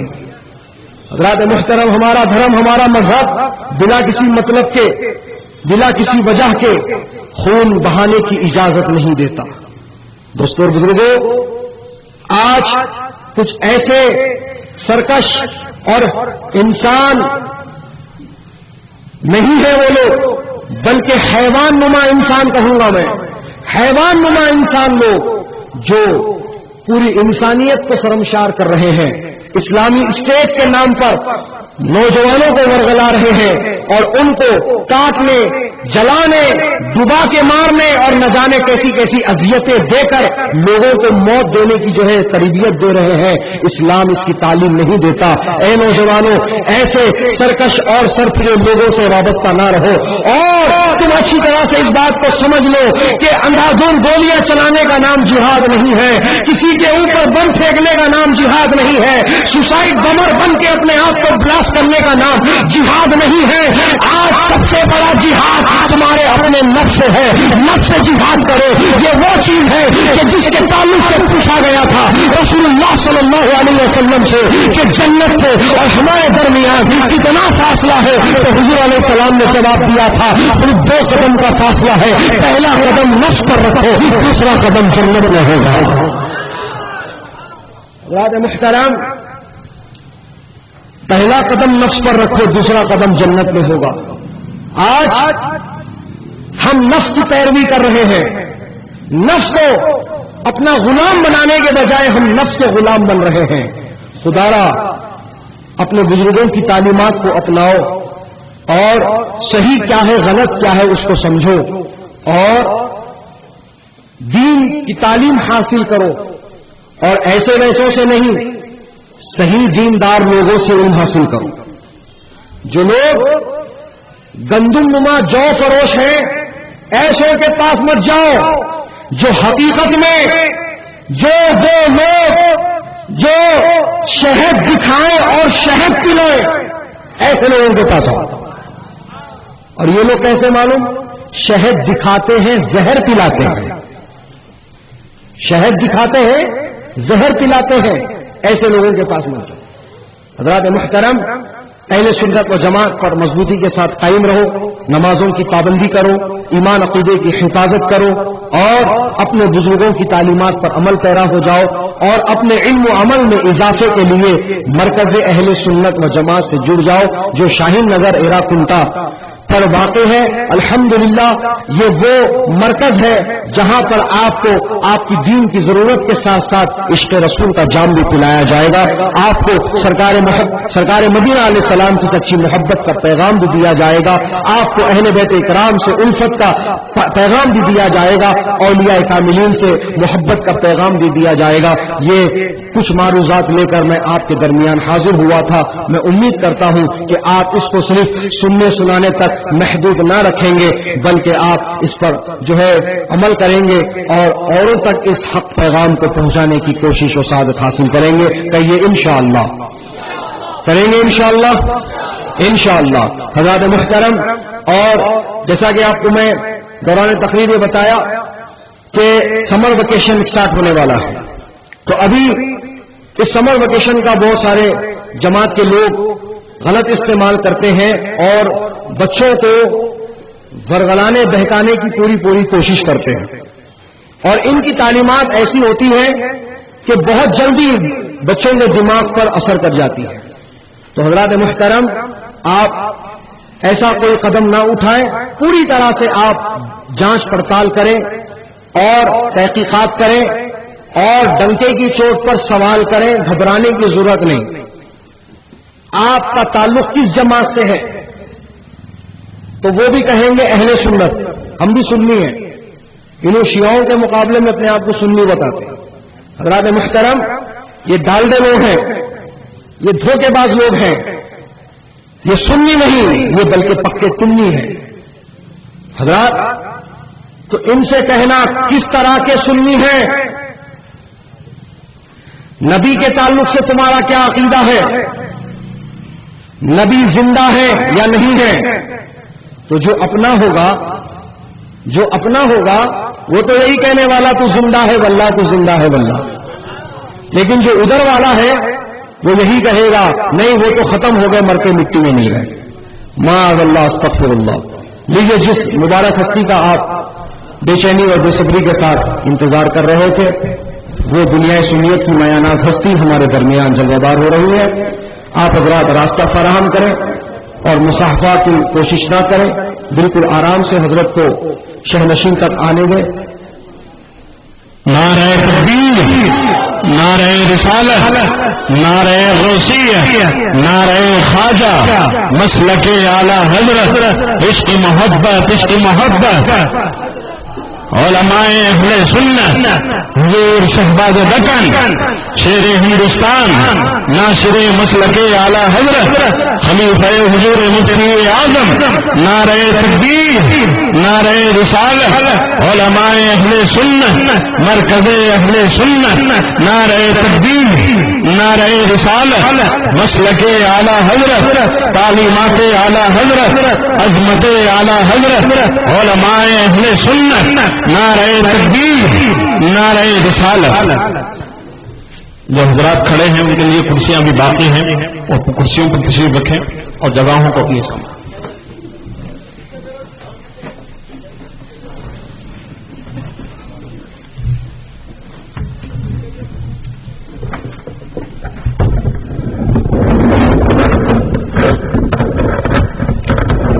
آپ حضرات اپنی جگہ پر تشریف رکھیں.